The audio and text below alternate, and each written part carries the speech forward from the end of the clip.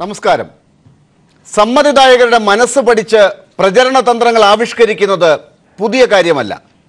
എന്നാൽ ഓരോ സമ്മതിദായകന്റെയും രഹസ്യ വിവരങ്ങൾ ചോർത്തിയെടുത്ത് അവന്റെയോ അവളുടെയോ മനസ്സ് കീഴടക്കാൻ തെരഞ്ഞെടുപ്പ് വാഗ്ദാനങ്ങൾ ഉണ്ടാക്കുന്നത് ജനാധിപത്യത്തിന്റെ കടക്കൽ കത്തിവെക്കലാണ്. ഫേസ്ബുക്കിന് നേരെയുള്ള ആരോപണം അതിനും അപ്പുറമാണ്. കേംബ്രിഡ്ജ് അനലിറ്റിക്കയുടെ വെളിപ്പെടുത്തൽ ശരിയെങ്കിൽ ഫേസ്ബുക്കിനെ വിശ്വസിച്ച ജനകോടികൾ വഞ്ചിക്കപ്പെട്ടിരിക്കുകയാണ്. അമേരിക്കയിലും ആഫ്രിക്കയിലും മാത്രമല്ല, ഇന്ത്യയിൽ ബി.ജെ.പിയും കോൺഗ്രസും വ്യക്തികളുടെ വിവരങ്ങൾ ഫേസ്ബുക്കിൽ നിന്ന് ചോർത്തി തെരഞ്ഞെടുപ്പ് തന്ത്രങ്ങൾ ആവിഷ്കരിക്കാൻ കമ്പനികൾക്ക് കരാർ കൊടുത്തത് ആരെന്ന കാര്യത്തിൽ പരസ്പരം ചെളിവാരി എറിയുകയാണ്. ഫേസ്ബുക്കിനെ ആശ്രയിച്ച് വോട്ടർമാരെ ബോധവൽക്കരിക്കാൻ ഇറങ്ങിയ തെരഞ്ഞെടുപ്പ് കമ്മീഷനും വെട്ടിലായിരിക്കുന്നു. ഈ പശ്ചാത്തലത്തിൽ ന്യൂസ് ആൻഡ് വ്യൂസ് ഉന്നയിക്കുന്ന ചോദ്യങ്ങൾ: വോട്ടർമാരുടെ വിവരങ്ങൾ ചോർത്തിയെടുത്ത് പ്രചരണ തന്ത്രങ്ങൾ ഒരുക്കി ജനാധിപത്യത്തെ അട്ടിമറിച്ചതിന് കോൺഗ്രസും ബി.ജെ.പിയും ഉത്തരം പറയേണ്ടി വരുമോ? രാഹുൽ ഗാന്ധിക്ക് പിന്നിൽ കേംബ്രിഡ്ജ് അനലിറ്റിക്കയാണെന്ന ബി.ജെ.പി വാദം ബി.ജെ.പിയുടെ നേർക്കുള്ള ആരോപണങ്ങൾ മറക്കാനുള്ള തന്ത്രമോ? 2014 മോദിയുടെ മിഷൻ 272+ പിന്നിലും ഫേസ്ബുക്ക് വിവരങ്ങൾ ചോർത്തിയവർ സൈബർ അട്ടിമറിയുടെ ദുരന്തം പ്രതീക്ഷിക്കുന്നതിന് അപ്പുറമാണോ? ഫേസ്ബുക്ക് ചതിച്ചെങ്കിൽ വോട്ടിംഗ് മെഷീനും ആധാറും ആലോചിച്ചു മതിയെന്ന വാദവും പ്രസക്തമല്ലേ? സ്വകാര്യത മൗലിക അവകാശമാക്കിയ കോടതി വിധി നിലനിൽക്കുന്ന നാട്ടിൽ പൗരന്മാരുടെ സ്വകാര്യത വിറ്റ് കാശാക്കാൻ ഒത്താശ ചെയ്യുന്നത് ആരെല്ലാം? ഫേസ്ബുക്കിൽ ഫേസ് പോകുന്നത് ആർക്കൊക്കെ? ഈ വിഷയം ചർച്ച ചെയ്യുമ്പോൾ ന്യൂസ് ആൻഡ് വ്യൂസിൽ ചേരുന്നത് ബി.ജെ.പി വക്താവ് അഡ്വക്കേറ്റ് ജെ.ആർ. പത്മകുമാർ, കോൺഗ്രസ് നേതാവ് അഡ്വക്കേറ്റ് ബി.ആർ.എം. ഷഫീർ, CPM നേതാവ് S.K. സജീഷ്, ഒപ്പം സൈബർ വിദഗ്ധൻ ഋഷികേഷ് ഭാസ്കരൻ എന്നിവർ.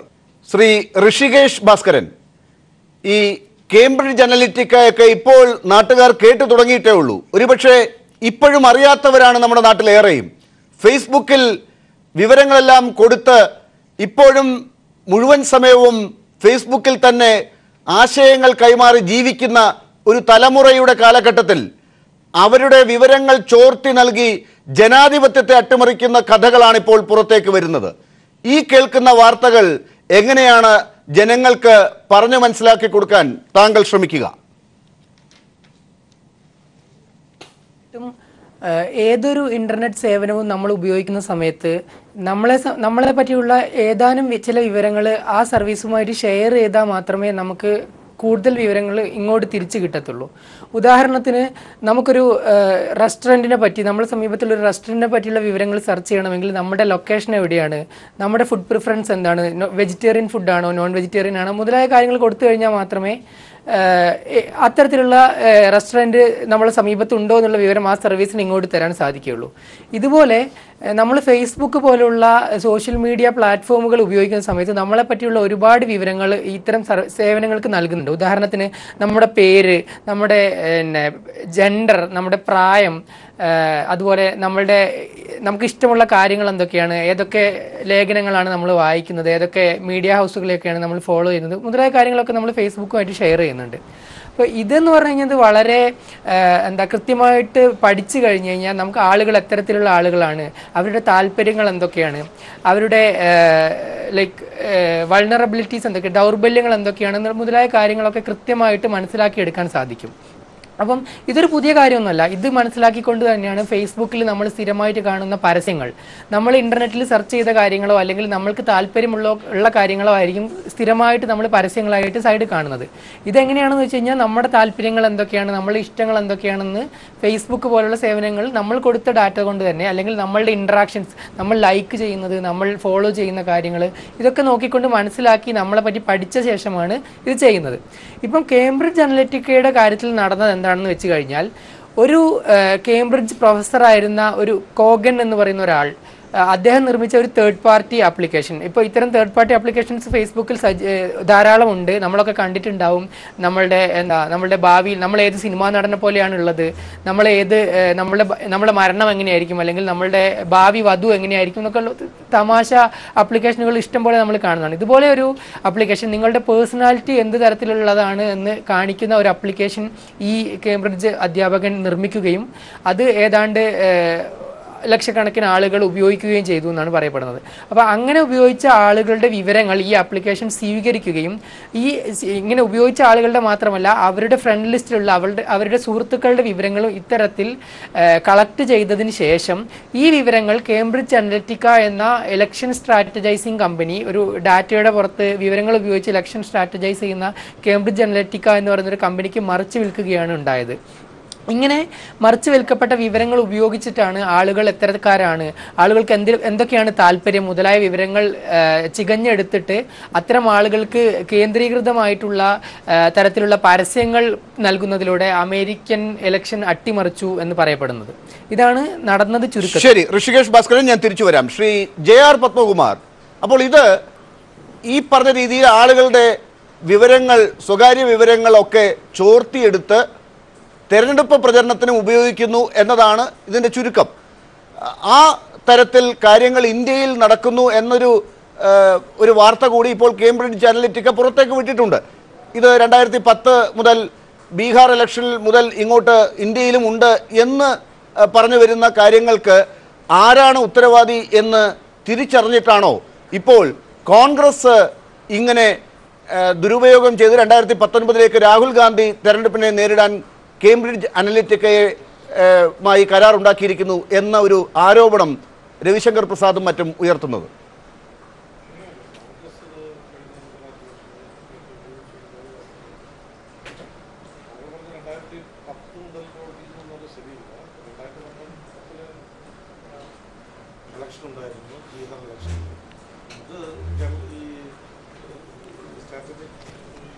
കമ്മ്യൂണിക്കേഷൻ ലിമിറ്റഡും അതുപോലെ തന്നെ അതിൻ്റെ ഒരു ജോയിന്റ് വെഞ്ചർ കമ്പനിയായ ഓവിലോനോ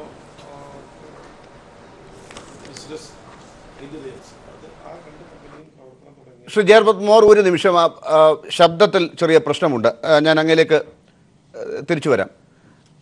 ആ മൈക്കൊന്ന് ശരിയാക്കി താങ്കളൊന്ന് പറഞ്ഞാൽ നന്നായിരുന്നു. ശ്രീ BRM ഷഫീർ, ഇപ്പോൾ ശ്രീ JR പത്മകുമാർ പറഞ്ഞു തുടങ്ങിയത് കോൺഗ്രസ് ഗുജറാത്ത് ഇലക്ഷനിൽ ഈ കാര്യങ്ങൾ ഇങ്ങനെ ഉപയോഗിച്ചു എന്നുള്ളൊരു സത്യമാണ്. 2010 മുതൽ അങ്ങനെ ആരും ഇവിടെ ഉപയോഗിച്ചതായി പറയാൻ ശ്രമിക്കുകയും വേണ്ട എന്നുള്ളത് കോൺഗ്രസിന് നേരെ തന്നെ അദ്ദേഹം ആക്രമണത്തിന് തുടങ്ങുന്നു എന്നുള്ളതിൻ്റെ സൂചനയാണ്. അദ്ദേഹത്തിൻ്റെ മൈക്ക് ശരിയായി അദ്ദേഹത്തിലേക്ക് കൂടുതൽ വിവരങ്ങൾക്കായി എത്താം. കോൺഗ്രസ് എങ്ങനെ കാണുന്നു? ഇത് കഴിഞ്ഞ എത്രയോ തെരഞ്ഞെടുപ്പുകളായി തെരഞ്ഞെടുപ്പുകളെയും ജനാധിപത്യ സംവിധാനങ്ങളെയും ജനങ്ങളുടെ മനസ്സുകളെയും ഇതുപോലെ ചതിയിലൂടെ മസ്തിഷ്ക പ്രക്ഷാളനം നടത്തി ഇതുപോലെ തന്ത്രപരമായി അട്ടിമറിച്ച് തിരഞ്ഞെടുപ്പുകൾ ജയിച്ച പാരമ്പര്യമുള്ള BJP അവരിപ്പോൾ ഇത് പറഞ്ഞു കേട്ടാത്തതും കോൺഗ്രസ് ആണ് ഇന്ത്യ ഭരിക്കുന്നത് തോന്നും. പത്മകുമാറെ, ഇന്ത്യ ഭരിക്കുന്നത് നരേന്ദ്രമോദിയാണ്. നിങ്ങളിലാണ് മുഴുവൻ ഇന്റലിജൻസും സംവിധാനങ്ങളും മുഴുവൻ നിങ്ങളിലാണ്. നിങ്ങളോട് ഞങ്ങൾ ചോദിക്കുന്നു, ഞങ്ങൾ ഏത് തിരഞ്ഞെടുപ്പിൽ അത് ഉപയോഗപ്പെടുത്തി? ഏത് നേതാവ് ഉപയോഗപ്പെടുത്തി? ഏത് തിരഞ്ഞെടുപ്പിലാണ് ഞങ്ങൾ അട്ടിമറിച്ചത്? ഏത് മുദ്രാവാക്യം ഉപയോഗിച്ചു? പറയാൻ നിങ്ങൾ ബാധ്യസ്ഥരാണ്. ഞങ്ങളുടെ AICCയുടെ വക്താവ് സുർജേവാല ഇന്ന് അക്കമിട്ട് അടിവരയിട്ട് ചോദിച്ചപ്പോൾ നിങ്ങൾക്ക് മറുപടിയില്ലല്ലോ. എന്നാൽ നിങ്ങളോ കഴിഞ്ഞ 2014 ലോക്സഭാ തെരഞ്ഞെടുപ്പുകളിൽ, ഡൽഹി തെരഞ്ഞെടുപ്പിൽ, ഹരിയാനയിൽ, മഹാരാഷ്ട്രയിൽ, ഏറ്റവും അവസാനം ഗുജറാത്തിൽ വരെ നിങ്ങൾ ഈ തന്ത്രം വിജയകരമായിട്ട് പ്രയോഗിച്ചവരല്ലേ? ഇവിടെ ഞെട്ടിക്കുന്നതാണ് വിവരങ്ങൾ. ഡോക്ടർ ലാൽ, നിങ്ങൾ ശ്രദ്ധിക്കണം. സോഷ്യൽ മീഡിയയിലെ ആളുകളുടെ വ്യക്തി വിവരങ്ങൾ ചോർത്തിയെടുത്തതിന് ശേഷം അവൻ്റെ രാഷ്ട്രീയ മാനസിക അഭിരുചിക്കനുസരിച്ച് ആളുകളിലേക്ക് വിവരങ്ങൾ ഇഞ്ചക്ട് ചെയ്തിട്ട് അവൻ്റെ മനോനിലയെ മാറ്റി നിർത്തി അവനെ കൊണ്ട് തിരിച്ചോട്ടിക്കുന്ന ഈ തന്ത്രമുണ്ടല്ലോ, ഇത് നമ്മൾ എവിടെ നിന്നാണ് പഠിച്ചത്? അലക്സാണ്ടർ കോവൻസ് എന്ന് പറയുന്ന ഗവേഷകൻ അയാളുണ്ടാക്കിയ ആപ്ലിക്കേഷനെ, അതും സ്വകാര്യമായിട്ടുണ്ടായിരുന്ന ആപ്ലിക്കേഷനെ ഈ പറയപ്പെടുന്ന കേംബ്രിഡ്ജ് അനലിറ്റിക്ക എന്ന് പറയുന്ന കമ്പനി വിലയ്ക്ക് വാങ്ങിയതിനു ശേഷം അത് ആദ്യം ഉപയോഗിച്ചത് എന്ന് പറയുന്നത് ഇപ്പോൾ തെളിവുകൾ സഹിതം പുറത്തു വരുന്നത് അമേരിക്കൻ പ്രസിഡന്റ് ട്രംപിനെ അദ്ദേഹത്തെ സഹായിക്കാൻ വേണ്ടി അമേരിക്കൻ ഉപയോഗിച്ചു. ബ്രിട്ടനിൽ ബ്രെക്സിറ്റ് എന്ന പേരിൽ അവിടുന്ന് പിന്നെ ബ്രിട്ടന്റെ ഒരു അവിഭാജ്യ ഘടകത്തെ മാറ്റി നിർത്തണമോ എന്നതിനെ സംബന്ധിച്ച് ബ്രെക്സിറ്റിന്റെ മേഖലയിൽ ഇത് ഉപയോഗിച്ചു. അതിനുശേഷം ഇങ്ങോട്ട് കണക്കുകൾ പ്രകാരം ആ 200-ൽ പരം തിരഞ്ഞെടുപ്പുകളിൽ ലോകത്ത് ഉപയോഗിച്ചുവെന്ന് ഇന്ന് വിവരങ്ങൾ പുറത്തു വരുന്നു. ഇന്ന് ഫേസ്ബുക്കിന്റെ സ്ഥാപകൻ സൂക്കർ ഇന്ന് പരസ്യമായി ലോകത്തോട് മാപ്പ് പറഞ്ഞിരിക്കുന്നു. ഞങ്ങളുടെ ഭാഗത്തു നിന്നും സ്വകാര്യ വിവരങ്ങൾ ഈ കമ്പനി ചോർത്തിക്കൊണ്ട് പോയി. ഇത് പറയുന്നു. ഞങ്ങൾ നിങ്ങളോട് ചോദിക്കുന്നു, നിങ്ങളിപ്പോൾ പറഞ്ഞെന്താ? രാഹുൽ ഗാന്ധി ഗബ്ബർ സിംഗ് ടാക്സ് എന്ന പേരിൽ ഒരു പ്രയോഗം നടത്തിയത് ഈ കമ്പനി പറഞ്ഞിട്ടാണ് എന്ന് പറയുന്ന വിഡ്ഢിത്തരം നിങ്ങൾ പറയുക. ഞങ്ങൾ ഗുജറാത്ത് ഇലക്ഷനിൽ ജയിച്ചിട്ടില്ല. ഗുജറാത്ത് ഇലക്ഷനിൽ ജയിച്ച നിങ്ങളാണ്. ഞങ്ങൾക്ക് നിങ്ങളെയാണ് സംശയം. നിങ്ങൾ നോക്കൂ, ഏറ്റവും അവസാനം നിങ്ങളുടെ ബീഹാറിലെ നിങ്ങളുടെ ഘടകകക്ഷി എന്ന് പറഞ്ഞാൽ ഞങ്ങളുടെ കൂടെ തെരഞ്ഞെടുപ്പ് ജയിച്ചതിന് ശേഷം നിങ്ങൾ അടർത്തിയെടുത്തുകൊണ്ട് പോയ നിതീഷ് കുമാറിന്റെ പാർട്ടിയായ ജനതാദൾ യുണൈറ്റഡിന്റെ അഖിലേന്ത്യാ ജനറൽ സെക്രട്ടറി ശ്രീ ത്യാഗി, ആ ത്യാഗിയുടെ പൊന്നുമോൻ അംബരീഷ് ത്യാഗിയാണ് പത്മകുമാറെ. നിങ്ങൾക്കറിയോ, പിന്നെ ഈ പറയപ്പെടുന്ന കേംബ്രിഡ്ജ് അനലിറ്റിക്കിന്റെ ഇന്ത്യയിലെ മാനേജർ എന്ന് പറയുന്നത് നിങ്ങളുടെ ജനതാദൾ യുവിന്റെ നിതീഷ് കുമാറിന്റെ പാർട്ടിയിലെ ത്യാഗിയുടെ മകൻ ശ്രീ അംബരീഷ് ത്യാഗി. തെളിവുകൾ പുറത്തു വന്നില്ലേ? അയാൾ പറയുക, അയാളുടെ തന്നെ ഏറ്റവും അടുത്ത അനുയായി ആയിട്ടുള്ള ഇന്ത്യയിൽ തന്നെ പ്രവർത്തിക്കുന്ന അവനീഷ് റായി ആണിത് സത്യത്തിൽ പുറത്തുവിട്ടത്. ശരി, ശ്രീ BRN ഷഫീർ, ഞാൻ ചർച്ചയിലേക്ക് ഉടൻ തിരിച്ചെത്തും. ശ്രീ JR പത്മകുമാർ, അപ്പോൾ ഇത് ആദ്യത്തെ സംഭവമല്ല എന്നുള്ളതാണ് ഞാൻ നേരത്തെയും പറഞ്ഞത്. ഇത് പുതിയ കാര്യവുമല്ല എന്നുള്ളത് അറിയാമെന്നുള്ള നിങ്ങൾ എന്തുകൊണ്ടാണ് ഇപ്പോൾ കോൺഗ്രസിന് നേരെ തിരിയുന്നത്? ഈ കേംബ്രിഡ്ജ് അനലിറ്റിക്ക എന്ന സ്ഥാപനത്തിന് നേരെ ഇങ്ങനെ ആരോപണം മാത്രം ഉയർത്തുന്നത്? IT വകുപ്പ് മന്ത്രി വളരെ വ്യക്തമായിട്ട് പറഞ്ഞിട്ടുണ്ട്, ഇത്തരത്തിൽ ഡാറ്റ മോഷണം ചെയ്ത് ഇത്തരത്തിൽ ഈ വോട്ടർമാരെ സ്വാധീനിക്കാൻ ശ്രമിച്ചിട്ടുണ്ടെങ്കിൽ നിലവിലുള്ള നിയമം അനുസരിച്ച് ശക്തമായ നടപടി സ്വീകരിക്കുമെന്ന് പറഞ്ഞിട്ടുണ്ട്. ഇപ്പോൾ ഇത് ചർച്ചയാവാൻ കാരണം 2017 ഒക്ടോബർ മാസം 9-ാം തീയതി എക്കണോമിക്സ് ടൈംസിൽ ഒരു റിപ്പോർട്ട് വന്നിട്ടുണ്ട്. ആ റിപ്പോർട്ട് വന്നത് 2019 തെരഞ്ഞെടുപ്പിൽ NDA പരാജയപ്പെടുത്താൻ ഞങ്ങളുടെ കയ്യിലൊരു ബ്രഹ്മാസ്ത്രം ഉണ്ട് എന്ന് രാഹുൽ ഗാന്ധി പ്രഖ്യാപിച്ചു. ആ ബ്രഹ്മാസ്ത്രം ഇതാണ് എന്നുള്ളതാണ്. മാത്രമല്ല UPAയുടെ നേതാക്കന്മാരെ ഈ പറയുന്ന അലക്സാണ്ടർ നിക്സ് എന്ന് പറയുന്ന ആള് കാണുകയും അവരുടെ മുന്നിൽ ഈ കാര്യം പ്രസന്റ് എങ്ങനെയാണ് നമുക്ക് വോട്ടർമാരെ സ്വാധീനിക്കാനുള്ളത് അതിനെ സംബന്ധിച്ച് ഒരു പവർ പ്രസന്റേഷൻ നടത്തി എന്നുള്ള കാര്യം പുറത്തു വന്നു. ആ വന്ന കാര്യം 2017 ഒക്ടോബർ മാസം 9-ാം തീയതി ഇത് വന്നതിന് ശേഷം ഇന്ന് വരെ കോൺഗ്രസ് നിഷേധിച്ചിട്ടില്ല. അപ്പോൾ അതിൻ്റെ അടിസ്ഥാനത്തിലാണ് അതുമായി ബന്ധപ്പെട്ട ആ കമ്പനിയുമായി ബന്ധപ്പെട്ട് ഇപ്പോൾ പുറത്തു വന്നിട്ടുള്ള കാര്യങ്ങൾ വെച്ചുകൊണ്ടാണ് പറഞ്ഞത് ഇത് കോൺഗ്രസ് ഇത്തരത്തിൽ ഉപയോഗിക്കുന്നുണ്ട്. അതിൽ ഞങ്ങൾ ഉന്നയിച്ച 3 ക്വസ്റ്റ്യനേ ഉള്ളൂ, അല്ലാതെ ബാക്കി ടെക്നിക്കലായിട്ടൊക്കെ പറയേണ്ട ടെക്നിക്കൽ ഞാൻ പറഞ്ഞോട്ടെ 3 കാര്യങ്ങളേ ഉള്ളൂ. ഒന്ന്, ഈ ഡാറ്റ മാനിപ്പുലേഷൻ അല്ലെങ്കിൽ ഡാറ്റ മോഷണം കോൺഗ്രസ് ഉപയോഗിക്കുന്നുണ്ടോ, അതിനെ കോൺഗ്രസ് ഡിപ്പെൻഡ് ചെയ്യുന്നുണ്ടോ, ഈ കാര്യത്തെ കോൺഗ്രസ് അംഗീകരിക്കുന്നുണ്ടോ, രാഹുൽ ഗാന്ധിയുടെ FE പ്രൊഫൈലിൽ ഈ കേംബ്രിഡ്ജ് അനലിറ്റിക്ക എന്ന് പറഞ്ഞ കമ്പനിയുമായി എന്തെങ്കിലും ബന്ധമുണ്ടോ, ഈ കാര്യമായി നമ്മൾ ചോദിച്ചു. ശരി, അപ്പോൾ നിങ്ങളുടെ ആ ചോദ്യത്തിന് കോൺഗ്രസ് മറുപടി പറയാം. അതിനു മുമ്പ് ശ്രീ പത്മകുമാർ, ഈ കാര്യത്തിൽ 2010-ലും 2011-ലും ഒക്കെ ആയി ബീഹാറിൽ JDU BJP സഖ്യത്തിന് വേണ്ടി ഈ സ്ഥാപനത്തിൻ്റെ അല്ലെങ്കിൽ ഇതിൻ്റെ മാതൃസ്ഥാപനം എന്ന് പറയുന്ന മറ്റു പേരുള്ള സ്ഥാപനങ്ങളുമായി ഒക്കെ ബന്ധപ്പെട്ടതിൻ്റെ വാർത്തകൾ കൂടി പുറത്തേക്ക് വന്നിട്ടുണ്ട്. ആ കാര്യത്തിൽ എന്താണ് നിങ്ങളുടെ അറിവ്? ഒന്നത്. രണ്ടാമത്, ഈ കാര്യം ഇപ്പോൾ ഡേറ്റ മോഷ്ടിച്ച് കോൺഗ്രസ് ഇങ്ങനെ ഉപയോഗിക്കുന്നു എന്ന് നിങ്ങൾ ആരോപണം ഉയർത്തുന്നതല്ലാതെ ഈ കാര്യത്തിൽ ഈ കമ്പനികൾക്കെതിരായിട്ട് ഒരു നടപടിയും എടുത്തതായി കാണുന്നില്ലല്ലോ, അതെന്തുകൊണ്ടാണ്? അങ്ങനെയുള്ള നടപടി എടുക്കുമെന്ന് ഇന്നലെ പാർലമെൻറ്റിൽ പറഞ്ഞിട്ടുണ്ട്. അത് സാങ്കേതിക മേഖലയുമായിട്ട് ബന്ധപ്പെട്ടാണ് നടപടി സ്വീകരിക്കും. അത് സംശയമില്ല, അങ്ങനെ ഉണ്ടെങ്കിൽ സംശയമില്ല. പിന്നെ താങ്കൾ പറഞ്ഞ 2010 കുറിച്ച് പറയുമ്പോൾ ഞാൻ മനസ്സിലാക്കിയിട്ടുള്ളത് ഈ പറഞ്ഞ SCL എന്നും അതുപോലെ OBI എന്ന് പറഞ്ഞ ഈ 2 കമ്പനിയിലും ഈ ജോയിൻറ്റ് വെഞ്ചറായിട്ട് വന്നിട്ടുള്ളത് 2011-13 2 കാലഘട്ടത്തിലാണ് ഇന്ത്യയിൽ രജിസ്റ്റർ ചെയ്തിട്ടുള്ളത്. പിന്നെ 2010 ഈ കമ്പനി എവിടെ രജിസ്റ്റർ ചെയ്തിട്ടുണ്ടോ എന്നുള്ള കാര്യം നമുക്കറിയാമില്ല. ഇന്ത്യയിൽ രജിസ്റ്റർ ചെയ്തിട്ടുള്ള 2011-ലാണ്. അത് ഒരു കമ്പനി 2013-ലാണെന്നാണ് ഇന്നലെ BJPയുടെ തന്നെ സന്ദീപ് പത്ര അഖിലേന്ത്യാ വക്താവ് സൂചിപ്പിച്ചിട്ടുള്ളത്. അപ്പോൾ 2013-ലും 2011-ലും ഇന്ത്യയിൽ പ്രവർത്തനം തുടങ്ങിയിട്ടുള്ള കമ്പനി 2010 ഇങ്ങനെ ചെയ്തിട്ടുണ്ട്. വേറൊരു പേരിലായിരുന്നു. അല്ല, അങ്ങനെയല്ല, അത് പേരിലെന്നുള്ളതല്ല. അവർ പറയുന്നത് അതിനകത്ത് അവരുടെ പ്രൊഫൈലിനകത്ത് ഇത് ഉണ്ട് എന്നുള്ളതാണ്. ഇതൊരു ലിങ്ക്ഡിൻ അക്കൗണ്ടാണ്. അത് ഈ സോഷ്യൽ മീഡിയ പോലെ ഒരു പബ്ലിക് ഒരു പ്ലാറ്റ്ഫോമാണ്. അതിൻ്റെ അഡ്മിനോ അവർക്ക് വേണമെങ്കിൽ അതിനകത്ത് അവർക്ക് എന്ത് വേണമെങ്കിലും എഴുതി ചേർക്കാം. പറയേണ്ട കാര്യമില്ല. ഒരു കാര്യം, ഇപ്പോൾ ശ്രീ ഋഷികേഷ് ഭാസ്കർ ഉൾപ്പെടെ പറഞ്ഞതുപോലെ ഈ ഫേസ്ബുക്ക് അക്കൗണ്ടുള്ള ആളുകളിലെ ചില മാർക്കറ്റിംഗ് തന്ത്രങ്ങളിലൂടെ കറക്കി അവരുടെ പേഴ്സണൽ സ്വകാര്യത പോലും മോഷ്ടിക്കാൻ സാധിക്കുന്ന അവസ്ഥയുണ്ടെങ്കിൽ അതുപയോഗിച്ച് ഇങ്ങനെ തെരഞ്ഞെടുപ്പിനെ അട്ടിമറിക്കുന്ന അമേരിക്കയിലെ കഥകൾ പുറത്തേക്ക് വരുന്നുണ്ട്. അപ്പോൾ ആ കാര്യത്തിൽ ഇന്ത്യയിൽ എവിടെയെങ്കിലും ഈ കാര്യങ്ങൾ നടന്നിട്ടുണ്ടെങ്കിൽ BJPക്ക് വലിയ വിജയം ഉണ്ടാക്കിയെന്ന് അല്ലെങ്കിൽ 272+ എന്നുള്ള ആ മിഷനിൽ BJPയെ സഹായിച്ചു എന്നൊക്കെ ഇപ്പോൾ ആരോപണങ്ങൾ ഉള്ളപ്പോൾ ആ കാര്യങ്ങൾ അന്വേഷിക്കണ്ടേ? ആ കാര്യങ്ങളിൽ ഒരു വ്യക്തത വരാൻ നിങ്ങൾ ആരോപണം ഇപ്പോൾ ഉയർത്തുമ്പോൾ ഒരു പരാതിയെങ്കിലും കൊടുക്കണ്ടേ ഈ സ്ഥാപനത്തിനെതിരെ? അല്ല, പരാതി അത് അന്വേഷിക്കുന്നുണ്ടല്ലോ. അതിന് ഇവിടെ കേസെടുക്കാൻ കഴിയുമോ? ഇതിന്റെ പ്രവർത്തനം അതൊക്കെ അവർ നിയമപരമായിട്ട് നടക്കും. കേന്ദ്ര ഗവൺമെന്റ് നടപടി സ്വീകരിക്കുമെന്ന് പാർലമെന്റിലും പുറത്തും പറഞ്ഞിട്ടുണ്ട്. അത് നടപടി സ്വീകരിക്കും. ഇത് ഇപ്പോൾ പുതിയ ഈ ഇതുമായി ബന്ധപ്പെട്ട ടെക്നിക്കൽ കാര്യങ്ങൾ നമ്മൾ കിടക്കുമ്പോൾ ഇപ്പോൾ 2017 കെനിയൻ തെരഞ്ഞെടുപ്പിൽ ഒരു പുതിയ രീതിയിൽ അവിടെ തന്നെ അതുവരെ ഉണ്ടായിട്ടുള്ള ചരിത്രങ്ങൾ മാറ്റി മറിച്ചുകൊണ്ടുള്ള കാര്യങ്ങൾ ചെയ്തിട്ടുണ്ട്.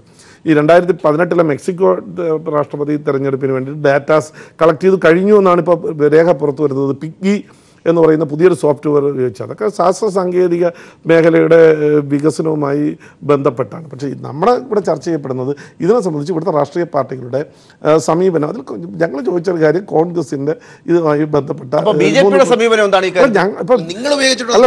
അത് നിങ്ങൾ പറയുന്നേ ഇപ്പോൾ ഫേസ്ബുക്കിൽ പരസ്യം കൊടുക്കുന്നുണ്ടോ അല്ലെങ്കിൽ ഓൺലൈനിൽ പരസ്യം കൊടുക്കുന്നുണ്ടോ അതല്ലല്ലോ. ഇത് ഒരു തെരഞ്ഞെടുപ്പിനെ തന്നെ ബിജെപിയുടെ സമീപനം നിങ്ങൾ തെളിയിക്കേണ്ടത് നിങ്ങളുടെ കേന്ദ്രം ഇപ്പോൾ ഈ രാജ്യത്തിന്റെ സർക്കാർ ബിജെപിയുടെ കയ്യിലാണ്. അപ്പോൾ ഈ കാര്യത്തിൽ കൃത്യമായി നടപടിയെടുത്ത് മുന്നോട്ട് പോകുക സാധാരണ കാര്യമല്ല, സാധാരണക്കാരന്റെ സ്വകാര്യതയെ ബാധിക്കുന്ന കാര്യമാണിത്. അല്ല ഡോക്ടർ ലാൽ, അത് കേന്ദ്ര ഗവൺമെന്റ് വളരെ സജീവമായിട്ട് അത് വളരെ വ്യക്തമായിട്ട് ആധികാരികമായി ഇതിന്റെ മന്ത്രി തന്നെ പറഞ്ഞു, ഇങ്ങനെ ചെയ്തിട്ടുണ്ടെങ്കിൽ വന്നിട്ടുണ്ടെങ്കിൽ തീർച്ചയായിട്ടും നടപടി സ്വീകരിക്കും എന്ന് തന്നെയാണ് പറഞ്ഞിട്ടുള്ളത്. അതില് ഞങ്ങൾ ഇപ്പൊ ഈ കോൺഗ്രസിന്റെ ഇപ്പൊ ഷഫീർ പറയുന്നതിനെ കുറിച്ച് ഞാൻ മറുപടി ആദ്യം BJP ജയിക്കുമ്പോൾ പറയുമോ അതല്ലേ ഈ വോട്ടിംഗ് മെഷീന് മോശമാണ്, ബാലറ്റിന്റെ പ്രശ്നമാണ്, വേറെ രീതിയിൽ സ്വാധീനിച്ചു എന്ന് പറയും. ഇപ്പൊ അവർ നമുക്കറിയാമല്ലോ കർണാടകത്തിൽ ഇലക്ഷൻ ജയിക്കാൻ ഒരു പുതിയ മതം തന്നെ ഉണ്ടാക്കി കൊടുത്തിട്ടുണ്ട്. ശരി, അത് വേറൊരു വിഷയമാണ്. ശ്രീ SK സജീഷ്, ഈ കാര്യത്തിൽ തെരഞ്ഞെടുപ്പിൽ ജയിക്കുമോ തോക്കുമോ എന്നുള്ളതല്ല, പക്ഷേ തന്ത്രങ്ങൾ ആവിഷ്കരിക്കാൻ തെരഞ്ഞെടുപ്പ് ഘട്ടങ്ങളിൽ ചില ഗ്രൂപ്പുകളുടെ മനസ്സെന്താണെന്ന് അറിയാൻ ആളുകളെ തരംതിരിച്ച് അവർക്ക് മുന്നിൽ തങ്ങളുടെ പ്രചരണ തന്ത്രങ്ങൾ അവതരിപ്പിച്ച് മുതലെടുക്കാൻ രാഷ്ട്രീയ പാർട്ടികൾക്ക് സഹായകരമാകുന്ന ഒരു ആപ്പിനെ കുറിച്ചാണ് നമ്മൾ ചർച്ച ചെയ്യുന്നത്. അതാണ് അമേരിക്കയിൽ പ്രശ്നമുണ്ടാക്കിയെന്ന് പറയുന്നത്, കെനിയയിൽ പ്രശ്നമുണ്ടാക്കിയെന്ന് പറയുന്നത്, ഇന്ത്യയിൽ കുറച്ച് കാലങ്ങളായി ചിലരൊക്കെ ഉപയോഗിച്ച് പരീക്ഷിക്കുന്നു എന്ന് പറയുന്നത്. ഇപ്പോൾ കോൺഗ്രസിന് നേരെ ആരോപണം ഉയർത്തുന്ന BJP ആത്മാർത്ഥമായിട്ടാണ് ഇക്കാര്യത്തിൽ ഇപ്പോൾ ഇടപെടുന്നത് എന്ന് കരുതുന്നുണ്ടോ CPM?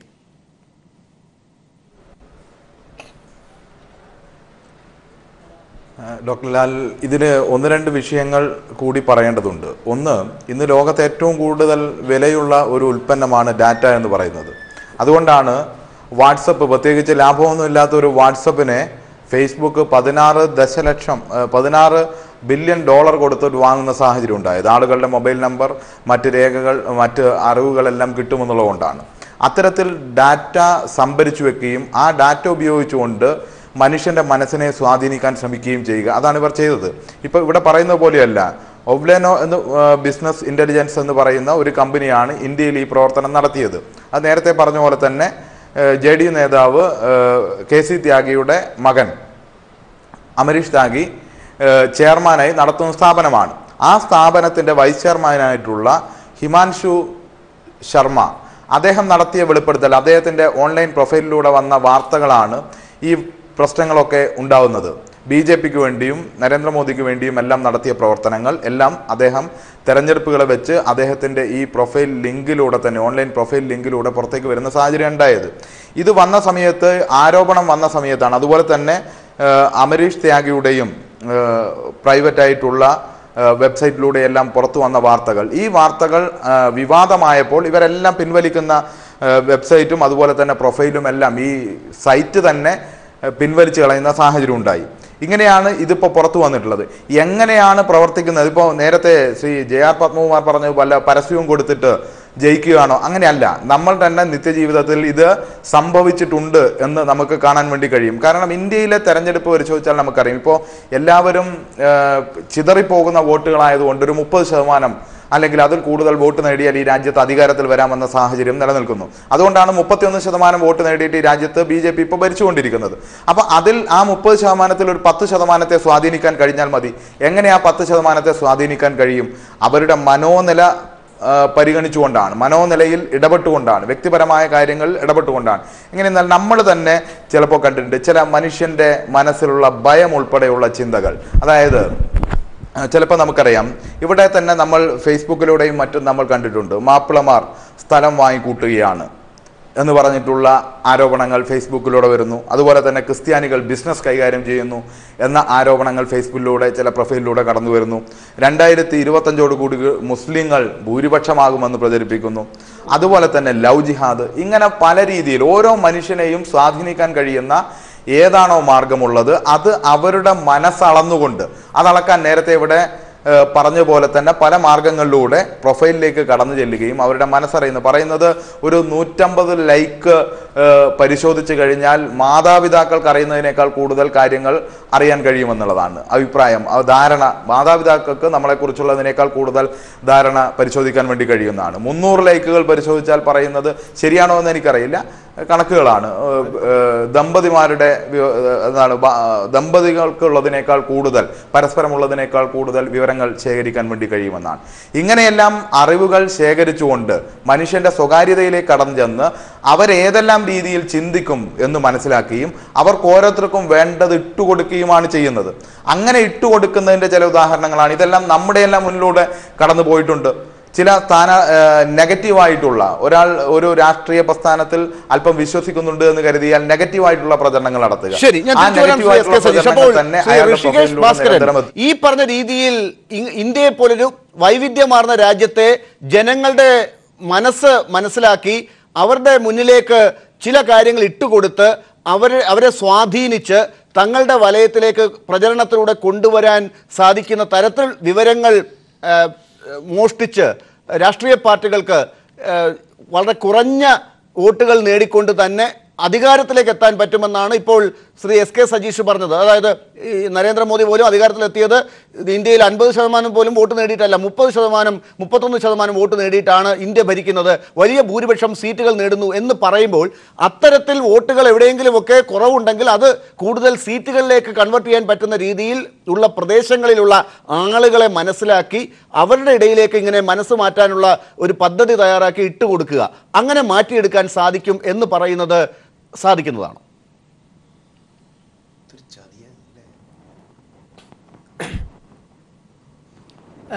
അതായത്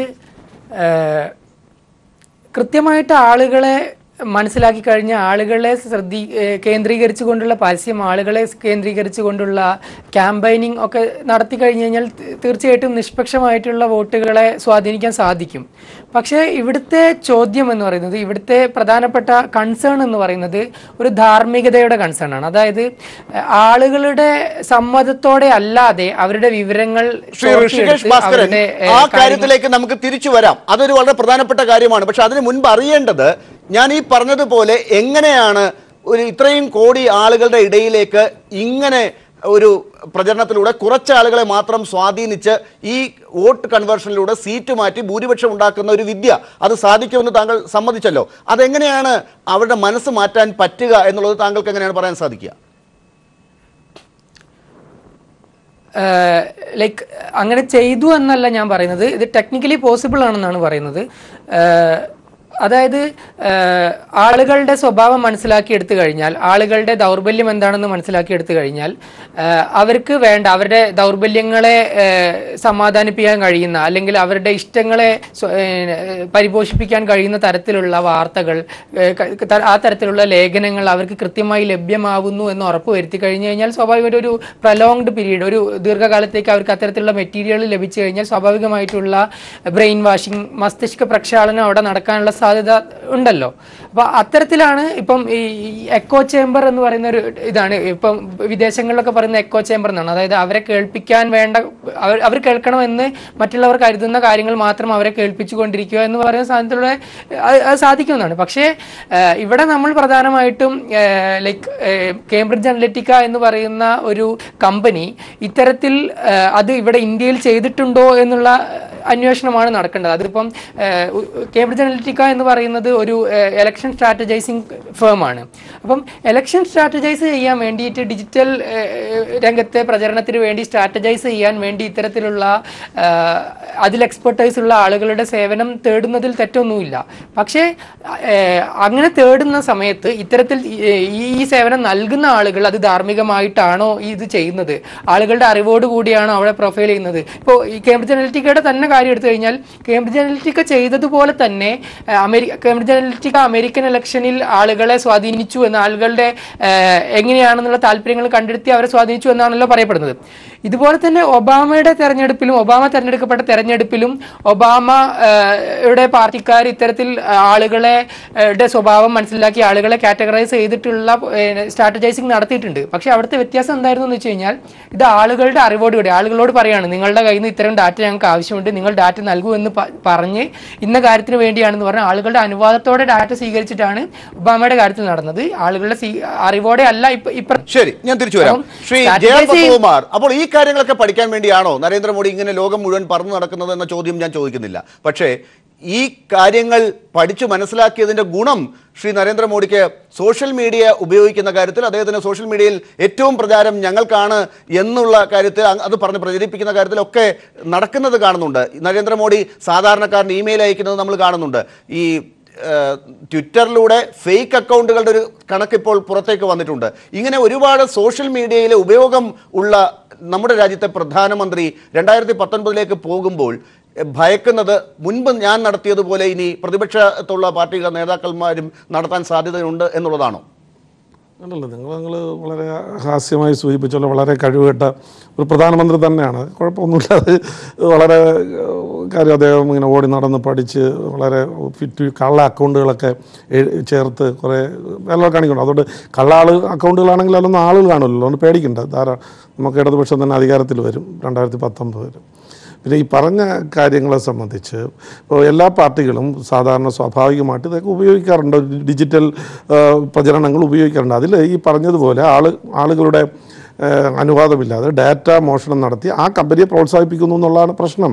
ഇപ്പോൾ നേരത്തെ സജീഷ് പറഞ്ഞതുപോലെ കുറേ പ്രശ്നങ്ങളുണ്ട്. ഇപ്പോൾ മുസ്ലിം കൂടുതലാണെന്ന് പ്രചരണം നടത്തുന്നുണ്ട്, മറ്റോ കാണുന്നുണ്ട്, ഇതൊക്കെ ഉണ്ട്. ഇതെല്ലാം കൊണ്ട് ഇടതുപക്ഷം ഇത് ചെയ്യുന്നുണ്ടല്ലോ. ഞാനൊന്ന് പറഞ്ഞോട്ടെ, ഞാനൊന്ന് പറയട്ടെ. ഞാനൊന്ന് പറഞ്ഞോട്ടെ. വ്യത്യാസം അതല്ലേ ഞാൻ പറഞ്ഞത്. അല്ലല്ല, ഞാൻ വ്യത്യാസം തന്നെ പറഞ്ഞത്. ഞാൻ അതല്ലേ പറഞ്ഞത്.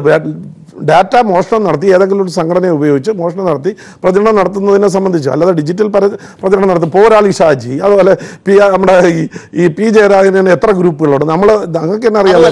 അല്ല എത്ര ഗ്രൂപ്പുണ്ട് അതിലൊക്കെ. അല്ല, നേരത്തെ സജീഷ് പറഞ്ഞപ്പോൾ നിങ്ങൾ വളരെ മാന്യനായിട്ടും വളരെ കേട്ടുകൊണ്ടിരുന്നു. അതുകൊണ്ടാണ് അല്ല, അതുകൊണ്ടല്ല ഞാൻ പറഞ്ഞത്. അല്ല, അതുകൊണ്ട് എനിക്ക് പറയാനുള്ള സമയം കൊടുത്താണ്.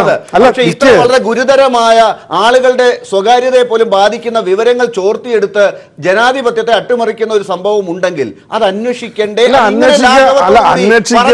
അല്ലല്ല, അന്വേഷിക്കുമെന്ന് തന്നെയാണല്ലോ ഇന്നലെ സംഭവം പുറത്തു വന്നു, മിനിങ്ങാന്ന് പുറത്തു വന്നു. അതിനെ സംബന്ധിച്ച് അന്വേഷണം നടത്തി ബിജെപിയുടെ വാദം എന്തൊക്കെ അന്വേഷിക്കണം? അല്ല, അത് പറഞ്ഞല്ലോ, കേന്ദ്രം പറഞ്ഞു അത് അന്വേഷിക്കും. അന്വേഷിക്കണമെന്നാണ് ബിജെപി കരുതുന്നത്. അല്ല, നിങ്ങൾ പറയണത് എന്തന്വേഷിക്കണമെന്നാണ്? ഞാനും കൂടെ പറയാം. കേന്ദ്ര ഗവൺമെന്റ് ആണ് അതിനെ സംബന്ധിച്ച് കേന്ദ്ര മന്ത്രി തന്നെയാണ് പറഞ്ഞത്. അന്വേഷിക്കും. ഇത് ചോർച്ച ഈ ഡാറ്റ കളക്ട് ചെയ്ത് അത് തെരഞ്ഞെടുപ്പ് പ്രവർത്തനത്തിന് വേണ്ടിയിട്ട് ആളുകളെ മിസ്ലീഡ് ചെയ്യാൻ വേണ്ടി ഉപയോഗിച്ചിട്ടുണ്ടെങ്കിൽ അന്വേഷിക്കും. അത് ഉപയോഗിച്ചിട്ടുണ്ടെങ്കിൽ അന്വേഷിക്കും. അതല്ലാതെ ഏതൊക്കെ തെരഞ്ഞെടുപ്പുകൾ അന്വേഷിക്കേണ്ടി വരും? ഏത് തെരഞ്ഞെടുപ്പ് ആണെങ്കിലും അന്വേഷിക്കട്ടെ. അന്വേഷണ ഏജൻസിയല്ലേ ചെയ്യുന്നത്? അല്ല, അന്വേഷണ ഏജൻസിയല്ലേ അന്വേഷിക്കുന്നത്? ഒരു പരാതി ഉണ്ടാകുമല്ലോ. പരാതി എന്താണ് ഈ കാര്യത്തിൽ? ഇപ്പോൾ ഇത്ര ഗുരുതരമായ സ്വകാര്യതയെ കുറിച്ച് പക്ഷെ നിങ്ങൾ ബിജെപി സുപ്രീം കോടതിയിൽ വാദിച്ചപ്പോൾ ഈ ആധാറിനെ കുറിച്ചുള്ള കാര്യങ്ങളിൽ പോലും സ്വകാര്യത വലിയ കാര്യമല്ല, അതിനേക്കാൾ വലുതാണ് രാജ്യത്തിന്റെ പരമമായ നിലനിൽപ്പ് എന്നുള്ളതാണ് നിങ്ങൾ വാദിച്ചത്. സ്വകാര്യതയെ കുറിച്ച് നിങ്ങൾക്ക് വേറൊരു നയമാണുള്ളത്. അതാണോ ഇവിടെ?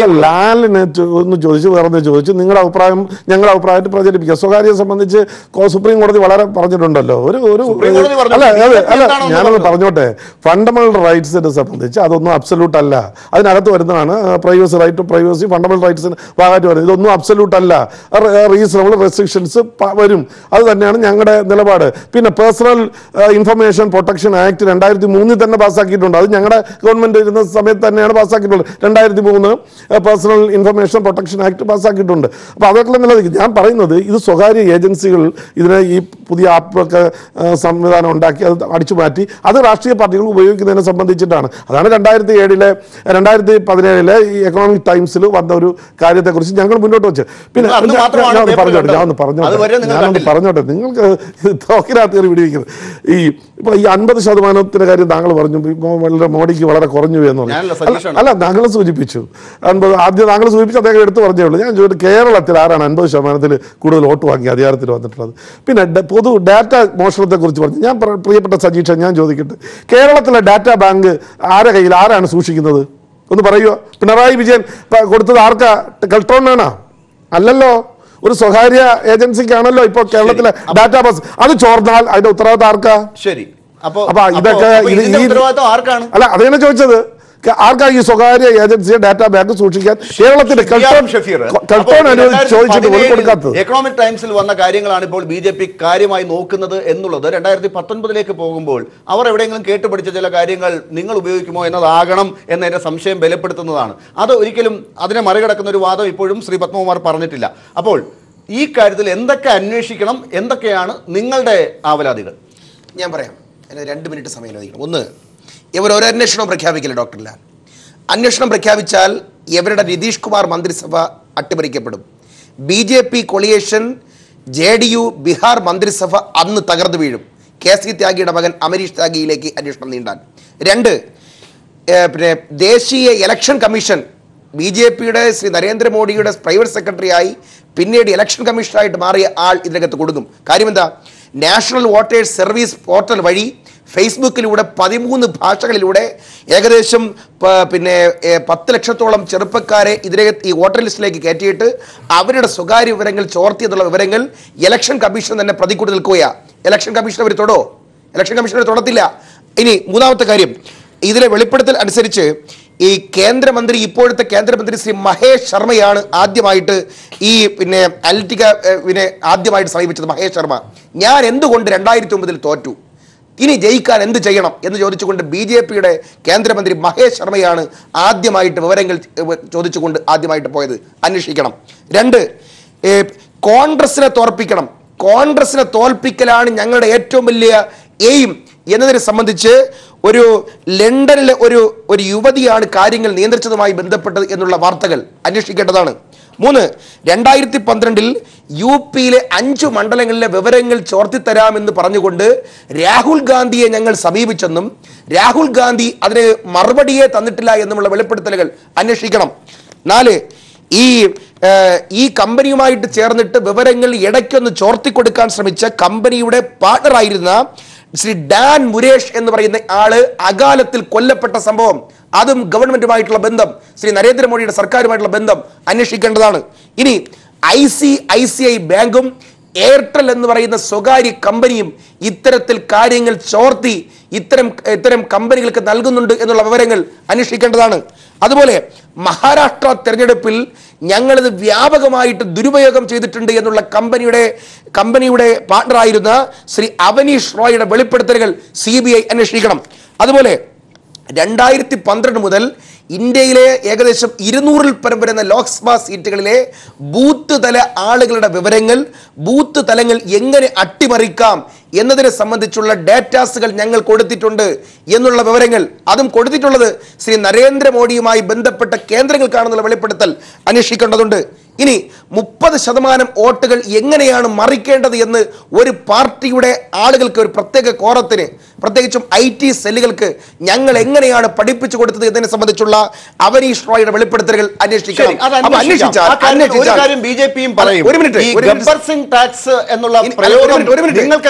രാഹുൽ ഗാന്ധിക്ക് എങ്ങനെ കിട്ടി എന്നതും അന്വേഷിക്കണം. ഇനി ഒരു കാര്യം കൂടെ പറഞ്ഞുതരാം. പിന്നെ രാഹുൽ ഗാന്ധിയെ പോലെ AICCയുടെ പരിണിതപ്രജ്ഞനായിട്ടുള്ള ഒരു നേതാവ് GSTയെ ഗബ്ബർ സിംഗ് ടാക്സ് എന്ന് ഉപയോഗിക്കാൻ വേണ്ടി ഒരു കമ്പനിയുടെ സഹായം തേടിയെന്ന് പറഞ്ഞാൽ കോൺഗ്രസിന്റെ പ്രവർത്തക സമിതിയും കോൺഗ്രസിന്റെ കോർ ഗ്രൂപ്പുകളും എല്ലാം വെറും മണ്ടന്മാരെന്നാണോ ഇവർ വിചാരിച്ചു വെച്ചിരിക്കുന്നത്? അന്വേഷിക്കോ. ഇപ്പൊ ഞാൻ വെല്ലുവിളിക്കല്ലേ, നിങ്ങളെ കയ്യിലെ CBI. രാഹുൽ ഗാന്ധി എല്ലാ കാലഘട്ടത്തിലും ഇതുപോലെയുള്ള പദപ്രയോഗങ്ങൾ നടത്തുന്നില്ല എന്നാണ് BJP കൊണ്ട് പറയുന്നത്. രാഹുൽ ഗാന്ധിക്ക് പ്രചരണം നടത്താൻ ഒരു ഏജൻസിയുടെ ആവശ്യമില്ല. ഞങ്ങൾ ഇപ്പോഴും പറയുന്നു, രാഹുൽ ഗാന്ധിക്ക് BJPയുടെ ഒരു ഔദാര്യവും വേണ്ട, നരേന്ദ്രമോദിയുടെ ഔദാര്യവും വേണ്ട, അന്വേഷണ ഏജൻസിയുടെ ഔദാര്യം വേണ്ട. അന്വേഷിച്ചിട്ട് ഒരൊറ്റ ചോദ്യം, ഓഫീസ് ഓഫ് RG എന്ന് പറഞ്ഞത് എവിടെ പ്രവർത്തിക്കുന്നത്? മലേഷ്യയിലാണ്. ഓഫീസ് ഓഫ് RG എന്ന് പറഞ്ഞ ട്വിറ്ററിൽ പ്രവർത്തിക്കുന്നത് മലേഷ്യയിലാണ്. അല്ല, മലേഷ്യയിൽ ഗ്രൂപ്പിനെ സംബന്ധിച്ച് നിങ്ങൾ എന്താ അന്വേഷണം? അല്ല, RG രാഹുൽ ഗാന്ധിയാണ്. ഞങ്ങൾ അന്വേഷിച്ചാ പറയുന്നത്, അന്വേഷിച്ചാ പറയുന്നത് ഓഫീസ് ഓഫ് RG പ്രവർത്തിക്കുന്നത് മലേഷ്യയിലാണ്. ഹിറ്റ്ലറിന് എങ്ങനെയാണോ ഗീബൽസ്, അതുപോലെയാണ് ശ്രീ നരേന്ദ്രമോദിക്ക് രവിശങ്കർ പ്രസാദ്. അയാളുടെ സ്വന്തം സംസ്ഥാനമായ BJP-യുടെ ബീഹാറിൽ നടന്ന ആദ്യത്തെ അട്ടിമറി മുതൽ അന്വേഷിക്ക്, മഹാരാഷ്ട്ര തെരഞ്ഞെടുപ്പ് അന്വേഷിക്ക്, ഡൽഹി തെരഞ്ഞെടുപ്പ് അന്വേഷിക്ക്, ഈ കാര്യത്തിൽ ലോക്സഭാ തെരഞ്ഞെടുപ്പ് അന്വേഷിക്ക്. ഞങ്ങൾക്ക് ഒരു പേടിയില്ല. നമുക്ക് മനസ്സിലാക്കേണ്ട ഒരു കാര്യമുണ്ട്. ഈ ഡിജിറ്റൽ ഇന്ത്യക്ക് വേണ്ടിയാണല്ലോ നരേന്ദ്രമോദി പ്രചാരണം നടത്തുന്നത്. ഡിജിറ്റൽ എന്ന് പറയുമ്പോൾ ഈ അദാനിയാണ് പണം മുടക്കിയത് എന്ന് പറയുന്നതിലും ഈ കാർഡ് ഉപയോഗിക്കുക, പണം ഉപയോഗിക്കാതിരിക്കുക എന്നുള്ളതിൽ തുടങ്ങി പാൻ കാർഡുമായും ആധാർ കാർഡും മൊബൈലും ഒക്കെ തമ്മിൽ ബന്ധിപ്പിക്കുക എന്നുള്ളതിലേക്ക്, ആധാർ എന്നുള്ള ഒരു വലിയ ഒരു സിസ്റ്റത്തിലേക്ക് ആളുകളെ മുഴുവൻ കൊണ്ടുപോയി ഒന്നിപ്പിക്കുക എന്ന് പറയുന്നിടത്ത് ഇലക്ട്രോണിക് വോട്ടിംഗ് മെഷീനെ കുറിച്ചുള്ള ചർച്ചകൾ നടക്കുമ്പോഴും ആ കാര്യത്തിലൂടെ തന്നെ വീണ്ടും മുന്നോട്ട് പോവുക എന്നുള്ള, വീണ്ടും ഡിജിറ്റലാകുന്ന ഇന്ത്യയെക്കുറിച്ചുള്ള ചർച്ചകൾ ഇങ്ങനെ നടന്ന് മുന്നോട്ട് പോകുന്നു. അപ്പോൾ ഈ വിവാദങ്ങൾ ഇപ്പോഴുണ്ടാകുന്നത് കാണുമ്പോൾ ഇത്തരത്തിലുള്ള ഡിജിറ്റൽ ഇന്ത്യയിൽ പലതും നമുക്ക് ഇനിയും ദൂരത്തിന് നിർത്തേണ്ടതാണ് എന്നൊരു വാദമാണോ നിങ്ങളെപ്പോഴുള്ളവർക്കുള്ളത്? അല്ല, ശ്രീ JR പത്മകുമാറൊക്കെ വളരെ ലഘൂകരിച്ച് ഇവിടെ ഏതെങ്കിലും ഒരു ഫേസ്ബുക്ക് പ്രൊഫൈലിനെ കുറിച്ചൊക്കെ സംസാരിക്കുകയാണ്. അതല്ല ഇവിടുത്തെ വിഷയം. അത്തരം പ്രൊഫൈലുകൾക്ക് ആർക്കും നിർമ്മിക്കാം, അതിലൂടെ നിശ്ചിത ആളുകളുടെ ഇടയിലേക്ക് മെസ്സേജുകൾ കൈമാറാം. അതൊക്കെ അതിൽ ഫ്രണ്ട് ലിസ്റ്റിലൊക്കെ വരുന്ന ആളുകളുമായി ബന്ധപ്പെട്ട് മാത്രം കൈമാറ്റം ചെയ്യപ്പെടുന്നതാണ്. അതല്ലാതെ അതിലപ്പുറത്തേക്ക് നമ്മളിതിൽ കണ്ട് ഇത് കുറച്ചുകൂടി വിപുലമാണ്. രാജ്യത്തുള്ള മുഴുവൻ ആളുകളുടെയും ഡാറ്റ ശേഖരിക്കുകയാണ്. അത് വിവിധ മാർഗങ്ങളിലൂടെ, നേരത്തെ പറഞ്ഞ പോലെ തന്നെ ഡിജിറ്റലാക്കുമ്പോൾ സാധനങ്ങൾ വാങ്ങുന്നത് കാർഡ് ഉപയോഗിച്ചാണെങ്കിൽ എന്തെല്ലാമാണ് സാധനങ്ങൾ വാങ്ങുന്നത് എന്നുള്ളത് ചിലപ്പോൾ പറഞ്ഞേക്കാം. അതുപോലെ തന്നെ നമ്മൾ GPS ഉപയോഗിച്ച് യാത്ര ചെയ്യുമ്പോൾ, GPS ഉപയോഗിച്ച് യാത്ര ചെയ്യുമ്പോൾ നമ്മുടെ യാത്ര എങ്ങനെയാണ് എന്ന് ട്രേസ് ചെയ്തപ്പെട്ടേക്കാം. അങ്ങനെ എല്ലാ വിവരങ്ങളും ട്രേസ് ചെയ്ത് പിന്നീട് സംഭവിക്കുന്നത് എന്താണ്, അതായത് ഓരോ മനുഷ്യർക്കും വേണ്ടത് കൊടുക്കുക എന്നുള്ളതാണ്. അതാണ് പ്രശ്നം. ഏതെങ്കിലും പ്രൊഫൈലിലൂടെ എന്തെങ്കിലും പ്രചരിപ്പിക്കുക എന്നുള്ളതല്ല. ഇങ്ങനെ മൊത്തത്തിൽ ആളുകളുടെ ഡാറ്റ മുഴുവൻ കളക്ട് ചെയ്ത്, ഇപ്പോൾ വിദ്യാഭ്യാസമില്ലാത്ത ആളുകൾ അല്പവർഗീയ മനോഭാവമുള്ള ഒരു പ്രൊഫൈലാണെന്ന് മനസ്സിലാക്കിയാൽ അത്തരം പ്രൊഫൈലുകളിലൂടെ അവർക്ക് ഇലക്ഷൻ വാഗ്ദാനമായി നൽകുന്നത് രാമക്ഷേത്രം നിർമ്മിക്കുമെന്നാണ്. ഇനിയിപ്പോൾ വിദ്യാഭ്യാസവും വിവേകവും ഉള്ളിടത്ത് രാമക്ഷേത്രം നിർമ്മിക്കുമെന്ന് പറഞ്ഞാൽ നിൽക്കാൻ കഴിയില്ല. അതുകൊണ്ട് അവരോട് പറയുന്നത് നിങ്ങൾക്ക് ഓരോ വർഷവും 2 കോടി പേർക്ക് പുതുതായി തൊഴിൽ നൽകും എന്ന് പ്രചരിപ്പിക്കും. ഈ രീതിയിലുള്ള പ്രചരണങ്ങൾ വ്യത്യസ്ത വിഭാഗങ്ങൾക്ക് വേണ്ട രീതിയിൽ നടത്തി കൊടുക്കുന്ന രീതിയാണ്. ഇതുമൂലം ഉണ്ടാകുന്ന എന്താണ്, ഇതുമൂലം ഉണ്ടാകുന്നത് ഇത് കൈകാര്യം ചെയ്യുന്നത് കേവലം ഒരു പ്രൊഫൈലിലൂടെ അല്ല, കോടിക്കണക്കിന് രൂപ കൊടുത്തുകൊണ്ടാണ്. അപ്പോൾ കോടിക്കണക്കിന് രൂപ പമ്പ് ചെയ്യുന്നവർക്ക് മാത്രമേ ജനാധിപത്യത്തിൽ പ്രവേശിക്കാൻ വേണ്ടി കഴിയൂ. അങ്ങനെ ജനാധിപത്യത്തെ ആകെ അട്ടിമറിക്കുന്ന ഒരു സാഹചര്യം വരും. ഇവിടെ സാധാരണ ദുർബല വിഭാഗങ്ങൾക്ക് ഇതിൽ പങ്കെടുക്കാൻ വേണ്ടി കഴിയില്ല. അതായത് ഇന്ത്യൻ ജനാധിപത്യം തന്നെ ഒരു പണാധിപത്യവും ഇവരെല്ലാം തീർക്കുന്ന ഒരു മായാലോകത്തേക്ക് മനുഷ്യന്റെ മനസ്സിനെ കൊണ്ടുപോയി തങ്ങൾക്ക് ഈ രാജ്യത്തെ കൊള്ളയടിക്കാൻ കഴിയുന്ന സാഹചര്യത്തിലേക്ക് കൊണ്ടുപോവുകയാണ്. ഇവിടെ മനുഷ്യരുടെ മറ്റ് ചിന്തകളൊന്നും വരുന്നില്ല. ഇവരുടെ ജനവിരുദ്ധമായ അജണ്ടകൾ ചർച്ച ചെയ്യപ്പെടുന്നില്ല. ഇപ്പൊ തന്നെ നോക്കൂ, ഞാൻ മറ്റു വിഷയങ്ങളിലേക്ക് കടക്കുകയല്ല. ഇപ്പൊ ഈ രാജ്യത്ത് തൊഴിൽ സുരക്ഷിതത്വം എന്നൊന്നും ഇല്ലാതാക്കി കഴിഞ്ഞു. ഇനി ഒരാൾക്കും തൊഴിൽ സുരക്ഷിതത്വമില്ല. ഇതിനൊക്കെ എതിരായി രാജ്യത്ത് വലിയ പ്രക്ഷോഭം ഉയർന്നു വരേണ്ടതാണ്, പ്രക്ഷോഭം ഉയർന്നു വരുന്നതുമാണ്. പക്ഷെ അത്തരം മനസ്സുകളെ മസ്തിഷ്ക പ്രക്ഷാളനം നടത്തുക, നിരന്തരം നുണ പ്രചരിപ്പിക്കുക, ഈ രീതികളെല്ലാമാണ് അവലംബിക്കുന്നത്. ഒരു പക്ഷേ നമുക്ക് ഓരോരുത്തർക്കും തന്നെ നമ്മുടെ ഈ സോഷ്യൽ മീഡിയ ഫേസ്ബുക്ക് പ്രൊഫൈൽ എല്ലാം പരിശോധിച്ചാൽ ഇത്തരം ചില മെസ്സേജുകൾ വന്ന് കടന്നു പോകുന്ന നമുക്ക് കാണാൻ വേണ്ടി കഴിയും. ശ്രീ JR പത്മകുമാർ, അപ്പോൾ നിങ്ങൾ ഈ പറയുന്ന കാര്യത്തിൽ ഒരു ആത്മാർത്ഥതയില്ല. അന്വേഷണം നടത്തുമെന്ന് പറയുമ്പോൾ ഒരു ആത്മാർത്ഥമായിട്ടല്ല പറയുന്നത് എന്നതിന് കാരണം നിങ്ങളിപ്പോൾ നിങ്ങൾക്ക് നേരെ ഉയർന്നു വന്ന ആരോപണങ്ങൾക്ക് നേരെ കണ്ണടയ്ക്കാനും അതിന് മറയിടാനും മാത്രമായി ഈ പറയുന്ന കേംബ്രിഡ്ജ് അനലിറ്റിക്കയെ കൊണ്ടുവന്ന് കോൺഗ്രസിന്റെ നേരെ പിടിക്കുന്നു എന്നുള്ളതാണ്. നിങ്ങൾ ഈ മഹേഷ് ശർമ്മയെ കുറിച്ച് എന്ത് പറയുന്നു? നിങ്ങളുടെ കൂടെയുള്ള കേന്ദ്രമന്ത്രി സ്മൃതി ഇറാനിയെ കുറിച്ച് എന്ത് പറയുന്നു?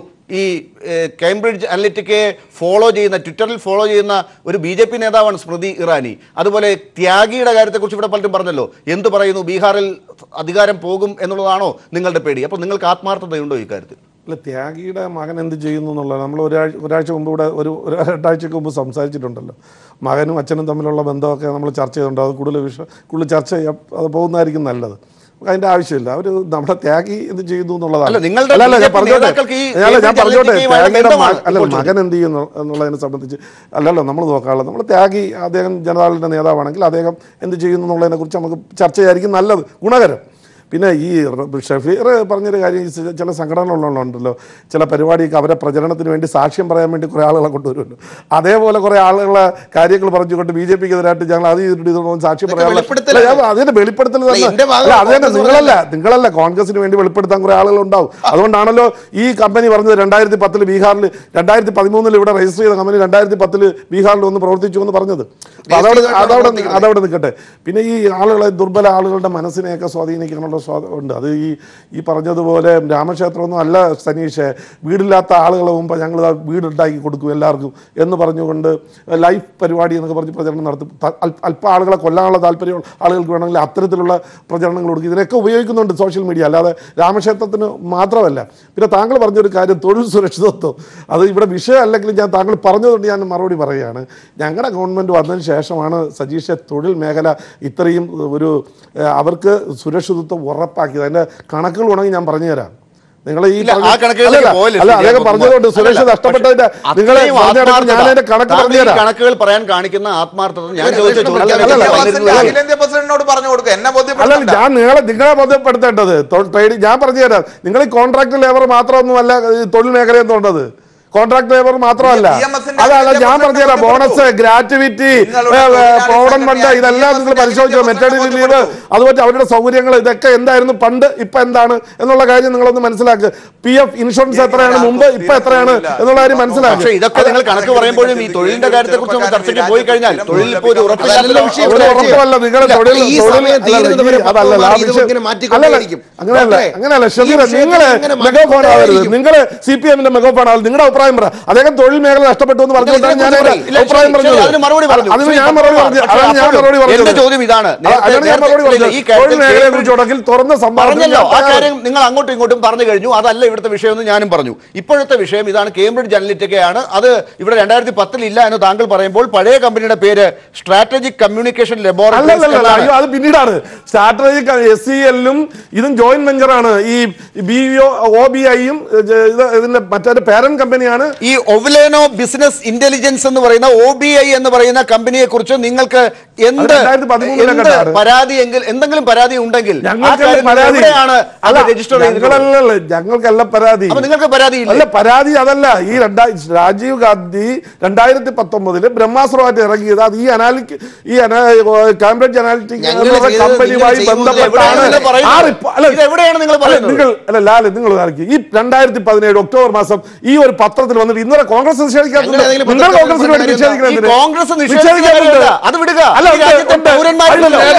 ആ നേതാക്കന്മാരെ കണ്ട് ഞാൻ ഇത് പ്രസന്റ് ചെയ്തിട്ടുണ്ട്. ഞങ്ങൾ ഇത് പ്രസന്റ് ചെയ്തിട്ടുണ്ട് എങ്ങനെ 2019 ഈ തെരഞ്ഞെടുപ്പിൽ ജയിക്കാം. ആ കമ്പനി ഈ മോഷണം നടത്തി എന്ന് ഇപ്പൊ തെളിവ് പുറത്തു വരുമ്പോ ആ കമ്പനിയായിട്ടുള്ള ഇവർക്കുള്ള നിങ്ങളുടെ കയ്യിലാണോ ഉള്ളത്? അല്ല, അവർ പറയണം. നിങ്ങളുടെ കയ്യിൽ ആ തെളിവ് ഉണ്ടെങ്കിൽ ആ കാര്യം നിങ്ങൾ എങ്ങനെ കണ്ടുപിടിച്ചു? ചർച്ചയാണ്. അല്ല, അങ്ങനെയല്ല. ഇത് 2017 ഒക്ടോബർ 9 ഇത് പറഞ്ഞു. ഇത് രേഖ വന്നു, ഒരു പത്രം റിപ്പോർട്ട് ചെയ്തു. ആ പത്രം റിപ്പോർട്ട് ചെയ്ത കാര്യം ഇതുവരെ നിഷേധിച്ചിട്ടില്ല. അതുമായി ബന്ധപ്പെട്ടാണ് ഇവര് ചർച്ച ചെയ്ത കമ്പനി ഈ തട്ടിപ്പ് നടത്തിയിട്ടുണ്ടെന്ന് ഇപ്പൊ വാർത്ത പുറത്തു വരുമ്പോ കോൺഗ്രസിനും അവരുമായിട്ട് തമ്മിലുള്ള ബന്ധം എന്താണ് അന്വേഷിക്കേണ്ടത്. അത് അന്വേഷിക്കും. പത്മകുമാർ, ഒരു മിനിറ്റ്, താങ്കൾ വളരെ കുറച്ച് സമയം മാത്രമേ ഉള്ളതുകൊണ്ട് ബഹളം വെക്കരുത്. ഈ കാര്യത്തിൽ കോൺഗ്രസ് ഇതിനെ കുറിച്ച് 2017 ഇങ്ങനെ പത്രത്തിൽ വന്നിട്ടുണ്ടെങ്കിൽ നിങ്ങൾ ഇത് ഇത്രയും ദിവസം കാത്തിരുന്നത് എന്താണെന്നുള്ള ചോദ്യം നിങ്ങളുടെ അടുത്തേക്കും വരാം. നിങ്ങളുടെ മന്ത്രി, നിങ്ങളുടെ ഏജൻസികൾ, അന്വേഷണ ഏജൻസികൾ, നിങ്ങൾ എന്തുകൊണ്ട് മുമ്പാകെ ഒരു സംഘടനയ്ക്ക് ഡിജിറ്റൽ പ്രചരണം നടത്തുന്നതിന് വേണ്ടിയിട്ട് കോൺഗ്രസോ വേറെ ഏതെങ്കിലും ഒരു സംഘടന അങ്ങനെയാണോ ഒരു സംഘടന ഇങ്ങനെ ഡിജിറ്റൽ പ്രചരണം നടത്തുന്നത് വളരെ കഷ്ടമാണ്. നിങ്ങൾ ഒരു തുറക്കുമ്പോൾ നിങ്ങൾ ഞാൻ ഇന്നതാണ് പറയാൻ പോണെന്നുള്ള ധാരണ സംസാരിക്കരുത്. ഞാൻ പറഞ്ഞത് ഒരു സംഘടന ഡിജിറ്റൽ പ്രചരണം നടത്തുന്നത് ആരും എതിരല്ല. അത് വ്യക്തികളുടെ പേഴ്സണൽ രേഖ ഈ ഡാറ്റാസ് മോഷ്ടിച്ച് അത് മറ്റ് പ്രചരണത്തിന് വേണ്ടി ഉപയോഗിക്കുമ്പോഴാണ് നിങ്ങൾ എന്ത് നടപടി സ്വീകരിക്കുമെന്ന് ഞാൻ പറഞ്ഞത്.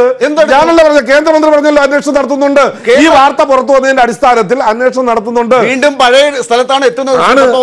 ഈ അന്വേഷണം എന്ത് കാര്യത്തിലാണ്, ഏതൊക്കെ കാര്യങ്ങൾ അന്വേഷിക്കുന്നു? ആ കാര്യത്തിൽ 2010 കുറിച്ച് പറയുമ്പോൾ അന്ന് ഈ കമ്പനി ഇല്ലെന്നാണ് നിങ്ങൾ പറയുന്നത്. 2010 കാര്യമല്ലല്ലോ പറഞ്ഞത്. 1952 അന്വേഷിച്ചോട്ടെ. അത് അന്വേഷണത്തിന്റെ ഭാഗമായിട്ട് വരുമ്പോ കേസ് രജിസ്റ്റർ ചെയ്ത് അന്വേഷണത്തിന്റെ ഭാഗമായിട്ട് വരുമ്പോ അത് ഏതെല്ലാം കാലഘട്ടത്തിൽ ഇടപെടൽ ഇടപെട്ടിട്ടുണ്ടോ ആ കാര്യത്തിൽ അന്വേഷിക്കും. ശ്രീ ഋഷികേഷ്, ഈ കാര്യത്തിൽ ഇപ്പോൾ അന്വേഷണം നടത്തണം എന്ന് BJP പറയുന്നു, നടത്തേണ്ടവരാണ് അവർ. പക്ഷേ ഇത് അങ്ങോട്ടും ഇങ്ങോട്ടും ആരോപണം പറഞ്ഞിങ്ങനെ പോകുമ്പോഴും ഈ പ്രൈവസി എന്നുള്ള ജനങ്ങൾ അമൂല്യമായി കരുതുന്ന അവൻ്റെ സ്വന്തം വിവരങ്ങളാണ് ഈ ഫേസ്ബുക്ക് ഉൾപ്പെടെയുള്ളവർ ഇങ്ങനെ മറിച്ച് കമ്പനികൾക്ക് കൊടുത്ത് ഇപ്പോൾ ഈ രീതിയിലേക്ക് കാര്യങ്ങൾ പോകുന്നത്. അത് ഏത് രീതിയിലാണ് പ്രതിരോധിക്കാൻ ആകുക? ആരാണ് ഇടപെടേണ്ടത്? ഇന്ത്യയിൽ ഈ തർക്കം ഇങ്ങനെ പോവുകയല്ലാതെ മറ്റെന്തെങ്കിലും ഒരു ഫലം അതിനുണ്ടാകുമെന്ന് താങ്കൾക്ക് പ്രതീക്ഷയുണ്ടോ? പ്രധാനമായിട്ടും നമ്മൾ ഇതിനെ എങ്ങനെ പ്രതിരോധിക്കാം എന്നുള്ളതാണ് ക്വസ്റ്റ്യൻ. അതായിരുന്നു നമ്മൾ തുടക്കം തൊട്ടേ ചർച്ച ചെയ്യേണ്ടിയിരുന്നത്. ഈ ആരോപണങ്ങളും പ്രത്യാരോപണങ്ങളും ഒക്കെ ആക്ച്വലി ഒരു കൃത്യമായ അന്വേഷണത്തിന് ശേഷമായിരുന്നു ആരാണ് കുറ്റക്കാർ എന്നതിലേക്ക് നമ്മൾ കടക്കേണ്ടിയിരുന്നത്. ഇന്ത്യയിലെ കാര്യം കണക്കിലെടുക്കുകയാണെങ്കിൽ ഇത്തരത്തിൽ പ്രൈവസി അല്ലെങ്കിൽ വ്യക്തിപരമായ കാര്യങ്ങൾ എന്നിവ സംരക്ഷിക്കേണ്ടതിൽ രണ്ട് തരത്തിലുള്ള ഇടപെടലുകളാണ് വേണ്ടത്. ഒന്ന് വ്യക്തിപരമായിട്ടുള്ള ഇടപെടലുകളും രണ്ടാമത്തത് സ്റ്റേറ്റിൻ്റെ ഇടപെടലും. വ്യക്തിപരമായിട്ട് നമുക്ക് ചെയ്യാൻ സാധിക്കുക, നമ്മൾ വ്യക്തികൾ എന്നുള്ള നിലയ്ക്ക് നമ്മൾ ഉപയോഗിക്കുന്ന ഇന്റർനെറ്റ് സേവനങ്ങൾ, നമ്മൾ ഉപയോഗിക്കുന്ന സോഷ്യൽ നെറ്റ്വർക്കുകൾ, ഇതൊക്കെ ഉപയോഗിക്കുന്ന സമയത്ത് നമ്മൾ എന്തൊക്കെ തരത്തിലുള്ള ഡാറ്റയാണ് ഷെയർ ചെയ്യുന്നത്, അത് കൃത്യമായിട്ട് ആ സേവനം കൃത്യമായിട്ട് വർക്ക് ചെയ്യാൻ ആ ഷെയർ ചെയ്യുന്ന ഡാറ്റയുടെ ആവശ്യമുണ്ടോ, നമ്മൾ ആ ഉപയോഗം കഴിഞ്ഞ ശേഷം ആ ഡാറ്റ അവർ ഏത് തരത്തിലാണ് ഉപയോഗിക്കുക എന്നുള്ള കാര്യത്തിലെ കുറിച്ചുകൂടി ബോധവാന്മാരായി കൃത്യമായ ആലോചനയോട് കൂടി വേണം നമ്മൾ ഡാറ്റ മറ്റ് സർവീസുകളുമായിട്ട്, ഇപ്പോൾ ഫേസ്ബുക്ക് ആവട്ടെ, ട്വിറ്റർ ആവട്ടെ, ഫേസ്ബുക്കിലെ തേർഡ് പാർട്ടി ആപ്പുകളാവട്ടെ, അതുമായിട്ട് ഷെയർ ചെയ്യുന്ന സമയത്ത് നമ്മളുടെ ഡാറ്റയെ പറ്റി നമ്മൾ കുറച്ചുകൂടെ ബോധവാന്മാരാവണം. രണ്ടാമത്തത് പ്രധാനമായിട്ടുള്ളത് സ്റ്റേറ്റ് ഇടപെടണം. സ്റ്റേറ്റ് കൃത്യമായിട്ടുള്ള പ്രൈവസി നിയമങ്ങളും ഡാറ്റ പ്രൊട്ടക്ഷൻ നിയമങ്ങളും ഇന്ത്യയിൽ ഉണ്ടാക്കണം. ഇപ്പോൾ നമ്മൾ കേംബ്രിഡ്ജ് അനലിറ്റിക്കയെ പറ്റിയും ഫേസ്ബുക്കിനെ പറ്റിയും ഒക്കെ ആശങ്കകൾ പങ്കുവെക്കുന്നുണ്ട്. അതിനെക്കാട്ടിലും എത്രയോ വലിയ അപകടമാണ് ആധാർ പോലെയുള്ള കാര്യങ്ങളിലൂടെ ഇവിടെ ഉണ്ടായിക്കൊണ്ടിരിക്കുന്നത്. ഇപ്പം കേംബ്രിഡ്ജ് അനലിറ്റിക്കയ്ക്ക് ഈ ഒരു തേർഡ് പാർട്ടി ആപ്പിൽ നിന്ന് കിട്ടിയതിനെക്കാട്ടിലും എത്രയോ മടങ്ങ് വിവരങ്ങളാണ് ആധാർ ഡാറ്റാബേസിൽ കളക്ട് ചെയ്യപ്പെടുന്നത്. ജനറൽ പർപ്പസ് എന്നുള്ള നിലയ്ക്ക് നിരവധി സേവനങ്ങളിൽ നിന്നും കളക്ട് ചെയ്യപ്പെടുന്ന വിവരങ്ങളാണ് ആധാർ ഡാറ്റാബേസിൽ. അത് പേടിക്കാനില്ല, അതിങ്ങനെ സിമന്റ് ഇട്ട വലിയ ഒരു ടാങ്കിനകത്ത് ഇട്ട് വെച്ചിരിക്കുകയാണ്, അതുകൊണ്ട് വലിയ പ്രശ്നമില്ലെന്നാണ് കോടതിയിൽ പറഞ്ഞിരിക്കുന്നത്. അതെ, ഇത്തരത്തിൽ കോടതിയിൽ എനിക്ക് തോന്നുന്നു കോടതിയിൽ അതിന് സെക്യൂരിറ്റി ആസ്പെക്റ്റിലേക്ക് മാത്രം ചുരുക്കാൻ വേണ്ടിയിട്ടുള്ള ഒരു രീതിയിലാണ് അത് പോകുന്നത് തോന്നുന്നു. അതിന്റെ എന്താ ഹ്യൂമൻ റൈറ്റ്സ് പരമായിട്ടുള്ള മറ്റു പല വിഷയങ്ങളും കോടതിയിൽ ചർച്ച ചെയ്യപ്പെടാതിരിക്കാൻ വേണ്ടിയിട്ടാണ് ആ രീതിയിലേക്ക് പോയതെന്ന് എനിക്ക് സംശയമുണ്ട്. ആധാറിന്റെ കേസ് കൃത്യമായിട്ട് പറയുന്നത് എന്താ വെച്ച് കഴിഞ്ഞാൽ, ആധാറിൽ വളരെ ബാലിശമായിട്ടുള്ള നിലപാടുകളാണ് കോടതിയിൽ തന്നെ ഇപ്പോൾ എടുത്തുകൊണ്ടിരിക്കുന്നത്. അതായത് മനുഷ്യകുലത്തിനെ കൊണ്ട് സാധിക്കില്ല ആധാറിന്റെ സെക്യൂരിറ്റി ബ്രീച്ച് ചെയ്യാനുള്ള തരത്തിലൊക്കെയാണ്. ഇപ്പോൾ ഇൻഫർമേഷൻ സെക്യൂരിറ്റി പഠിക്കുന്നവർക്ക് അറിയാം, സെക്യൂരിറ്റിയുടെ ഗോൾഡൻ റൂൾ എന്ന് പറയുന്നത് നോ സിസ്റ്റം ഈസ് സെക്യൂർ എന്നൊക്കെയാണ്. അതായത് 100% സെക്യൂർ ആയിട്ടുള്ള ഒരു സിസ്റ്റം ഉണ്ടാക്കാൻ പറ്റില്ല എന്നുള്ള തരത്തിലൊക്കെയാണ് ഗോൾഡൻ റൂൾ ഓഫ് സെക്യൂരിറ്റി എന്ന് പറയുന്നത്. അപ്പം അതുപോലെ കൂടാതെ പലപ്പോഴായിട്ട് പല ആളുകൾ, അതായത് വെറും ഒരു ഗൂഗിൾ സെർച്ചിലൂടെ തന്നെ ആധാർ വിവരങ്ങൾ ലഭ്യമാവുന്ന തരത്തിലാണ് ഇന്നുള്ളത്. അപ്പം ഈ സിമെന്റ് ഇട്ട് പൂട്ടിവെച്ച സെൻട്രൽ അവരുടെ ഓഫീസിന്റെ ഉള്ളിൽ നിന്ന് മാത്രമല്ല ആധാർ ഡാറ്റ ചോരുന്നത് എന്നുള്ളത് വേറെ കാര്യം. അതിലേക്കൊക്കെ കടക്കുന്നതിന് മുമ്പ് നമുക്ക് കൃത്യമായിട്ട് ചെയ്യേണ്ടത് എന്താ വെച്ച് കഴിഞ്ഞാൽ, ഇന്ത്യയിൽ കൃത്യമായിട്ട് ഡാറ്റ പ്രൊട്ടക്ഷൻ നിയമങ്ങളില്ല. ആ ഡാറ്റ പ്രൊട്ടക്ഷൻ നിയമങ്ങൾ ഉള്ള ഡാറ്റ പ്രൊട്ടക്ഷൻ നിയമങ്ങൾ എന്ന് പറയുന്നത് തന്നെ പ്രൈവസിയെ ഫണ്ടമെന്റൽ റൈറ്റ് ആയിട്ട് കണക്കാക്കുന്നതിന് മുമ്പ് ഉണ്ടാക്കിയിട്ടുള്ള നിയമങ്ങളാണ്. പ്രൈവസിയുടെ ഒരു സുപ്രധാനമായിട്ടുള്ള മനുഷ്യന് ലഭ്യമാവേണ്ട ഒരു റൈറ്റ് ആണ് എന്ന് കൺസിഡർ ചെയ്തുകൊണ്ടിട്ടുള്ള പ്രൈവസി നിയമങ്ങൾ വരണം, കൃത്യമായിട്ടുള്ള ഡാറ്റ പ്രൊട്ടക്ഷൻ നിയമങ്ങൾ വരണം. ശരിയാണ്. അപ്പോൾ പ്രൈവസി ഫണ്ടമെന്റൽ റൈറ്റ് ആണ് എന്ന് വിശ്വസിക്കുന്ന ഒരു സർക്കാർ ആണെങ്കിലാണ് ആ കാര്യത്തിൽ ഒരു വിശ്വാസം നമുക്ക് കൂടുതൽ പ്രതീക്ഷ അർപ്പിക്കാൻ സാധിക്കുക. ശരി, ഞാൻ തിരിച്ചു വരാൻ ശ്രമിക്കാം. ഈ ശ്രീ BRN ഷഫീർ, അപ്പോഴും ഒരു പ്രധാനപ്പെട്ട ചോദ്യം കോൺഗ്രസും മറുപടി പറയേണ്ടത്, ഇടയ്ക്കിടയ്ക്ക് JR പത്മകുമാർ ഇങ്ങനെ പറഞ്ഞുകൊണ്ടിരിക്കുന്നത് താങ്കളുടെ മുമ്പിൽ അവതരിപ്പിക്കാൻ വളരെ ചുരുക്കി മറുപടി പറയാമെങ്കിൽ, ഈ രാഹുൽ ഗാന്ധി എന്തുകൊണ്ടാണ് കുറേ മാസങ്ങളായി ഈ ഒരു വാർത്ത വന്നിട്ടും, ഈ കേംബ്രിഡ്ജ് അനലിറ്റിക്കയുമായുള്ള ഒരു ബന്ധത്തെക്കുറിച്ചുള്ള വാർത്ത വന്നിട്ടും, ബ്രഹ്മാസ്ത്രം പ്രയോഗിക്കാൻ പോകുന്നു എന്നുള്ള രീതിയിൽ പറഞ്ഞുകൊണ്ടിരുന്ന കാര്യങ്ങൾ വന്നിട്ടും മറുപടി പറയാത്തത് എന്ന്, അതിന് നിങ്ങൾക്ക് മറുപടി ഉണ്ടോ? സാർ, 2012 തന്നെ ഈ അവനീഷ് റായിയുടെ കൺഫെഷൻ പ്രകാരം 2012 തന്നെ ഉത്തർപ്രദേശിലെ 5 മണ്ഡലങ്ങളുമായി ബന്ധപ്പെട്ട ഡേറ്റാസുമായി ബന്ധപ്പെട്ട് പണം തന്നാൽ വിവരം തരാമെന്ന് പറഞ്ഞ് രാഹുൽ ഗാന്ധിയെ സമീപിച്ചെന്നും അദ്ദേഹം പ്രതികരിച്ചില്ല എന്നുള്ള ഈ കൺഫെഷൻ സ്റ്റേറ്റ്മെൻറ്റ് തന്നെ ഞങ്ങളുടെ ഏറ്റവും വലിയ നിഷ്കളങ്കമായ സമീപനത്തെ കാണിക്കുന്നു സർ. നിങ്ങളൊരു കാര്യം നിങ്ങൾ മനസ്സിലാക്കൂ, നിങ്ങൾ ഈ ജിയോ എന്ന് പറയുന്നൊരു ഫോൺ ഇറങ്ങിയില്ലേ, എല്ലാം ഫ്രീ ആയിരുന്നില്ലേ? പിന്നെ കോൾ വിളിക്കുന്നതും നെറ്റും എല്ലാം ഫ്രീ ആയിരുന്നു. പക്ഷേ അവർ പറഞ്ഞ ഒരൊറ്റ മാൻഡേറ്ററി പ്രൊവിഷൻ എന്തായിരുന്നു അറിയോ? ആധാറുമായിട്ട് ലിങ്ക് ചെയ്യുക. ഇന്ത്യയിൽ ആദ്യമായി ആധാറുമായിട്ട് ഒരു മൊബൈൽ ആപ്പിനെ അല്ലെങ്കിൽ ഒരു മൊബൈൽ സിസ്റ്റത്തെ ആധാറുമായിട്ട് ലിങ്ക് ചെയ്ത ജിയോയുടെ ഉടമ അംബാനിയാണ് ഇതിനകത്ത് പണം മുടക്കിയതെന്നും ഞങ്ങളെ 2012 മുതലുള്ള ബൂത്ത് തല പ്രവർത്തനങ്ങൾക്ക് പണം തന്നത് അംബാനിയാണെന്നുമുള്ള അവനീഷ് റായുടെ വെളിപ്പെടുത്തൽ ഇന്ത്യയിൽ വലിയ കോളക്കമുണ്ടാക്കും. ജിയോയുടെ മറവിൽ ലോകത്തിലെ കേരളത്തിലെ തന്നെ നിരവധി ആളുകളുടെ വിവരങ്ങൾ അംബാനി ചോർത്തി ഈ സിസ്റ്റം പ്രകാരം BJPക്ക് കൊടുത്തിട്ടുണ്ടോ എന്ന് പോലും ഇന്ന് നമുക്ക് സംശയമുണ്ട്. ഞാൻ ആവർത്തിച്ച് പറയുന്നു, കഴിഞ്ഞ തെരഞ്ഞെടുപ്പുകളിൽ നരേന്ദ്രമോദി ഈ സിസ്റ്റം ഉപയോഗിച്ചാണ് ജയിച്ചത്. അതിന് രാഹുൽ ഗാന്ധി ഉപയോഗിക്കുമോ എന്നുള്ള ഭയമാണ് ഇപ്പോൾ ഇവർക്ക് ഇത്ര പ്രകോപിതരാവാൻ കാരണം. ഞങ്ങൾ ആവർത്തിച്ച് പറയുന്നു, ഞങ്ങൾക്ക് ഒരു സിസ്റ്റം വേണ്ട. ഞങ്ങൾ ജനാധിപത്യത്തിലും ജനങ്ങളിൽ വിശ്വസിക്കുന്നു. ഇവർ അന്വേഷണം പ്രഖ്യാപിക്കണം.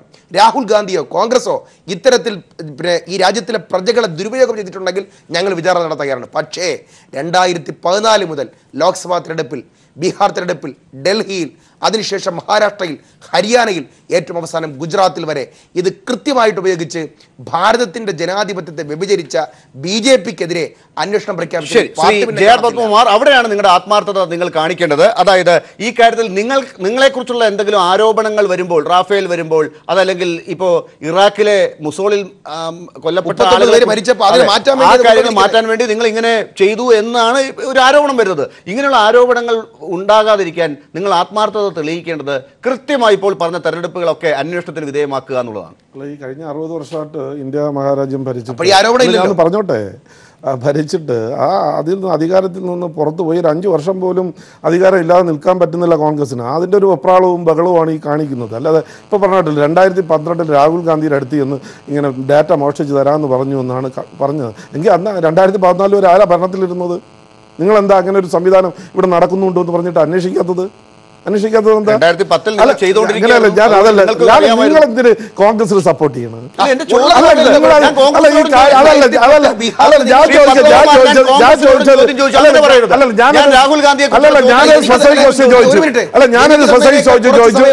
ഞാനൊരു സ്പെസിഫിക് ക്വസ്റ്റ്യൻ ചോദിച്ചു.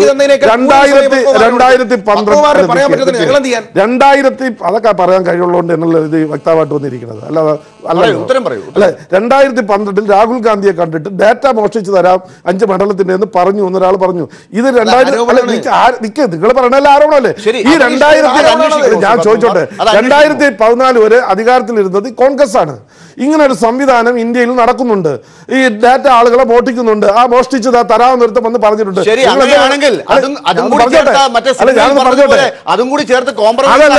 അതല്ല, അത് വേറെ കോംപ്രമൈസ് ഒക്കെ ഇവിടെ അല്ലേ പുറം ചൊറിയണത്? ആരൊക്കെയാണെന്ന് എല്ലാവർക്കും അറിയാം. അതൊക്കെ എല്ലാവർക്കും അറിയാം. ആരൊക്കെയാണ് ഒത്തുനിൽക്കുന്നത്, ആരൊക്കെയാണ് ഇപ്പൊ ഒരുമിച്ച് നിൽക്കാൻ പോകുന്നത്, അതൊക്കെ എല്ലാവർക്കും അറിയാം. അന്വേഷണം നടത്തുന്നില്ലെങ്കിൽ എന്ത് കരുതണം? അല്ല, അന്വേഷണം നടത്തുന്നില്ലെന്ന് ആര് പറഞ്ഞു? നിങ്ങളല്ലേ പറയുന്നത് അന്വേഷണം നടത്തുമെന്ന് പറഞ്ഞു. ഞാൻ പറഞ്ഞത് ഇത്തരത്തിലുള്ള സംവിധാനങ്ങൾ ഇന്ത്യയിൽ ഉണ്ടായിട്ട് ഇതറിയാമെന്ന രാഹുൽ ഗാന്ധി അതിന് 2014 വരെ മൗനം പാലിച്ചതിന്റെ കാരണം അതൊരു ആരോപണമാണ്. ആരോപണമല്ല, നിങ്ങൾ ആരോപണത്തിന് BJPക്കെതിരെ അല്ലല്ലോ. ആരോപണം ഇല്ലെന്നല്ലേ? അല്ല, അങ്ങനെ ആരോപണം ഇല്ലെന്നല്ലേ? അത് രാഹുൽ ഗാന്ധിക്ക് ബോധ്യപ്പെട്ടില്ല, രാഹുൽ ഗാന്ധി സമ്മതിച്ചിട്ടില്ല. എന്തിന് കിടന്നു ഉരുളുന്നു? ഞാൻ ചോദിച്ചത് അതാണ്. നിങ്ങൾ ആരോപണമായിട്ട് പറയുന്നു 2012 അതൊക്കെ ഞങ്ങൾക്കറിയാം. ഞങ്ങൾ ഭരിക്കുന്നു എന്നുള്ളത് കൊണ്ടാണ് നിങ്ങൾക്ക് പ്രശ്നം. BJP ഭരിക്കുന്നു എന്നുള്ളതാണ് നിങ്ങൾക്ക് പ്രശ്നം. ഇത് BRM ഷഫീർ പറയുന്നത് ഉത്തരം കിട്ടാതെ വരുമ്പോൾ ഭരിക്കുന്നത് കോൺഗ്രസ് ആണെന്ന് സംശയമുണ്ടെന്നാണ്. ഞാൻ അങ്ങനെ ഒരു തമാശയായിട്ട് ഇതിനെ എടുക്കുന്നില്ല. പക്ഷേ ഈ കാര്യത്തിൽ ചില ചോദ്യങ്ങൾക്ക് ഉത്തരം കിട്ടേണ്ടതുണ്ടല്ലോ. ആധാറിനെ ഈ രീതിയിൽ ഇപ്പോഴും നേരത്തെ ശ്രീ ഋഷികേഷ് പറഞ്ഞതുപോലെ കൂടുതൽ സംശയിക്കേണ്ട ഒരു ഘട്ടം വരുന്നതല്ലേ ഇത്തരം സമീപനങ്ങൾ? എങ്ങനെ കാണണം? വളരെ ചുരുക്കി.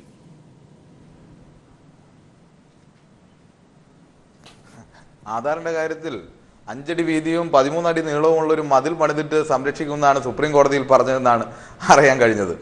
ഈ രാജ്യത്ത് റിലയൻസിന്റെ ഒരു ഔട്ട്ലെറ്റ് പോയിട്ട് സ്വന്തം വിരലമർത്തി കൊടുത്താൽ നമ്മുടെ ഡാറ്റ മുഴുവൻ എത്തുകയാണ് എങ്ങനെ ഈ സ്വകാര്യ കമ്പനികളിലേക്ക് എല്ലാം എത്തി. അപ്പൊ നമ്മുടെ ഡാറ്റ ഇവർ കൈകാര്യം ചെയ്തുകൊണ്ടിരിക്കുകയാണ്. ഈ രാജ്യത്തെ സാധാരണക്കാരന്റെ എല്ലാ വിവരങ്ങളും ഇവർ കൈകാര്യം ചെയ്തുകൊണ്ടിരിക്കുകയാണ്. കണ്ടത് ശ്രീ JR പത്മകുമാർ അന്വേഷിക്കുമെന്ന് പറഞ്ഞിട്ട് നമുക്കറിയാം. നിങ്ങളെ കുറിച്ച് അന്വേഷിക്കുമെന്ന് പറയുന്നത് ഇവിടെ ആരാണെന്നൊന്ന് പറ.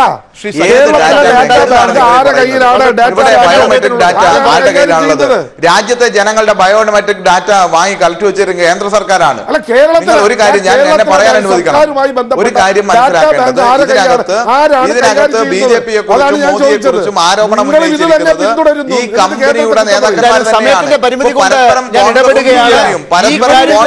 ഇപ്പോൾ ഫേസ്ബുക്കിലൂടെ ആളുകളുടെ സ്വകാര്യ വിവരങ്ങൾ എടുത്ത് രാജ്യത്തെ കമ്പനികൾക്ക് കൊടുത്ത് സ്വന്തം പാർട്ടിയുടെ വിജയത്തിന് വേണ്ടി ജനാധിപത്യത്തെ അട്ടിമറിക്കുന്നു എന്ന ആരോപണം വരുമ്പോൾ മറ്റ് പാർട്ടിക്കാർ എന്തൊക്കെ പഴയ കാലത്ത് ചെയ്തു എന്നുള്ളതിനെ കുറിച്ചുള്ള തിരിച്ചാരോപണങ്ങൾ ഉയർത്തിയാൽ മതിയോ, അതോ കൃത്യമായ അന്വേഷണം നടത്തി എന്താണ് ഈ കാര്യത്തിൽ സംഭവിക്കുന്നത് എന്ന വിവരം രാജ്യത്തെ ജനങ്ങൾക്ക് മുമ്പിൽ അവതരിപ്പിക്കണമോ?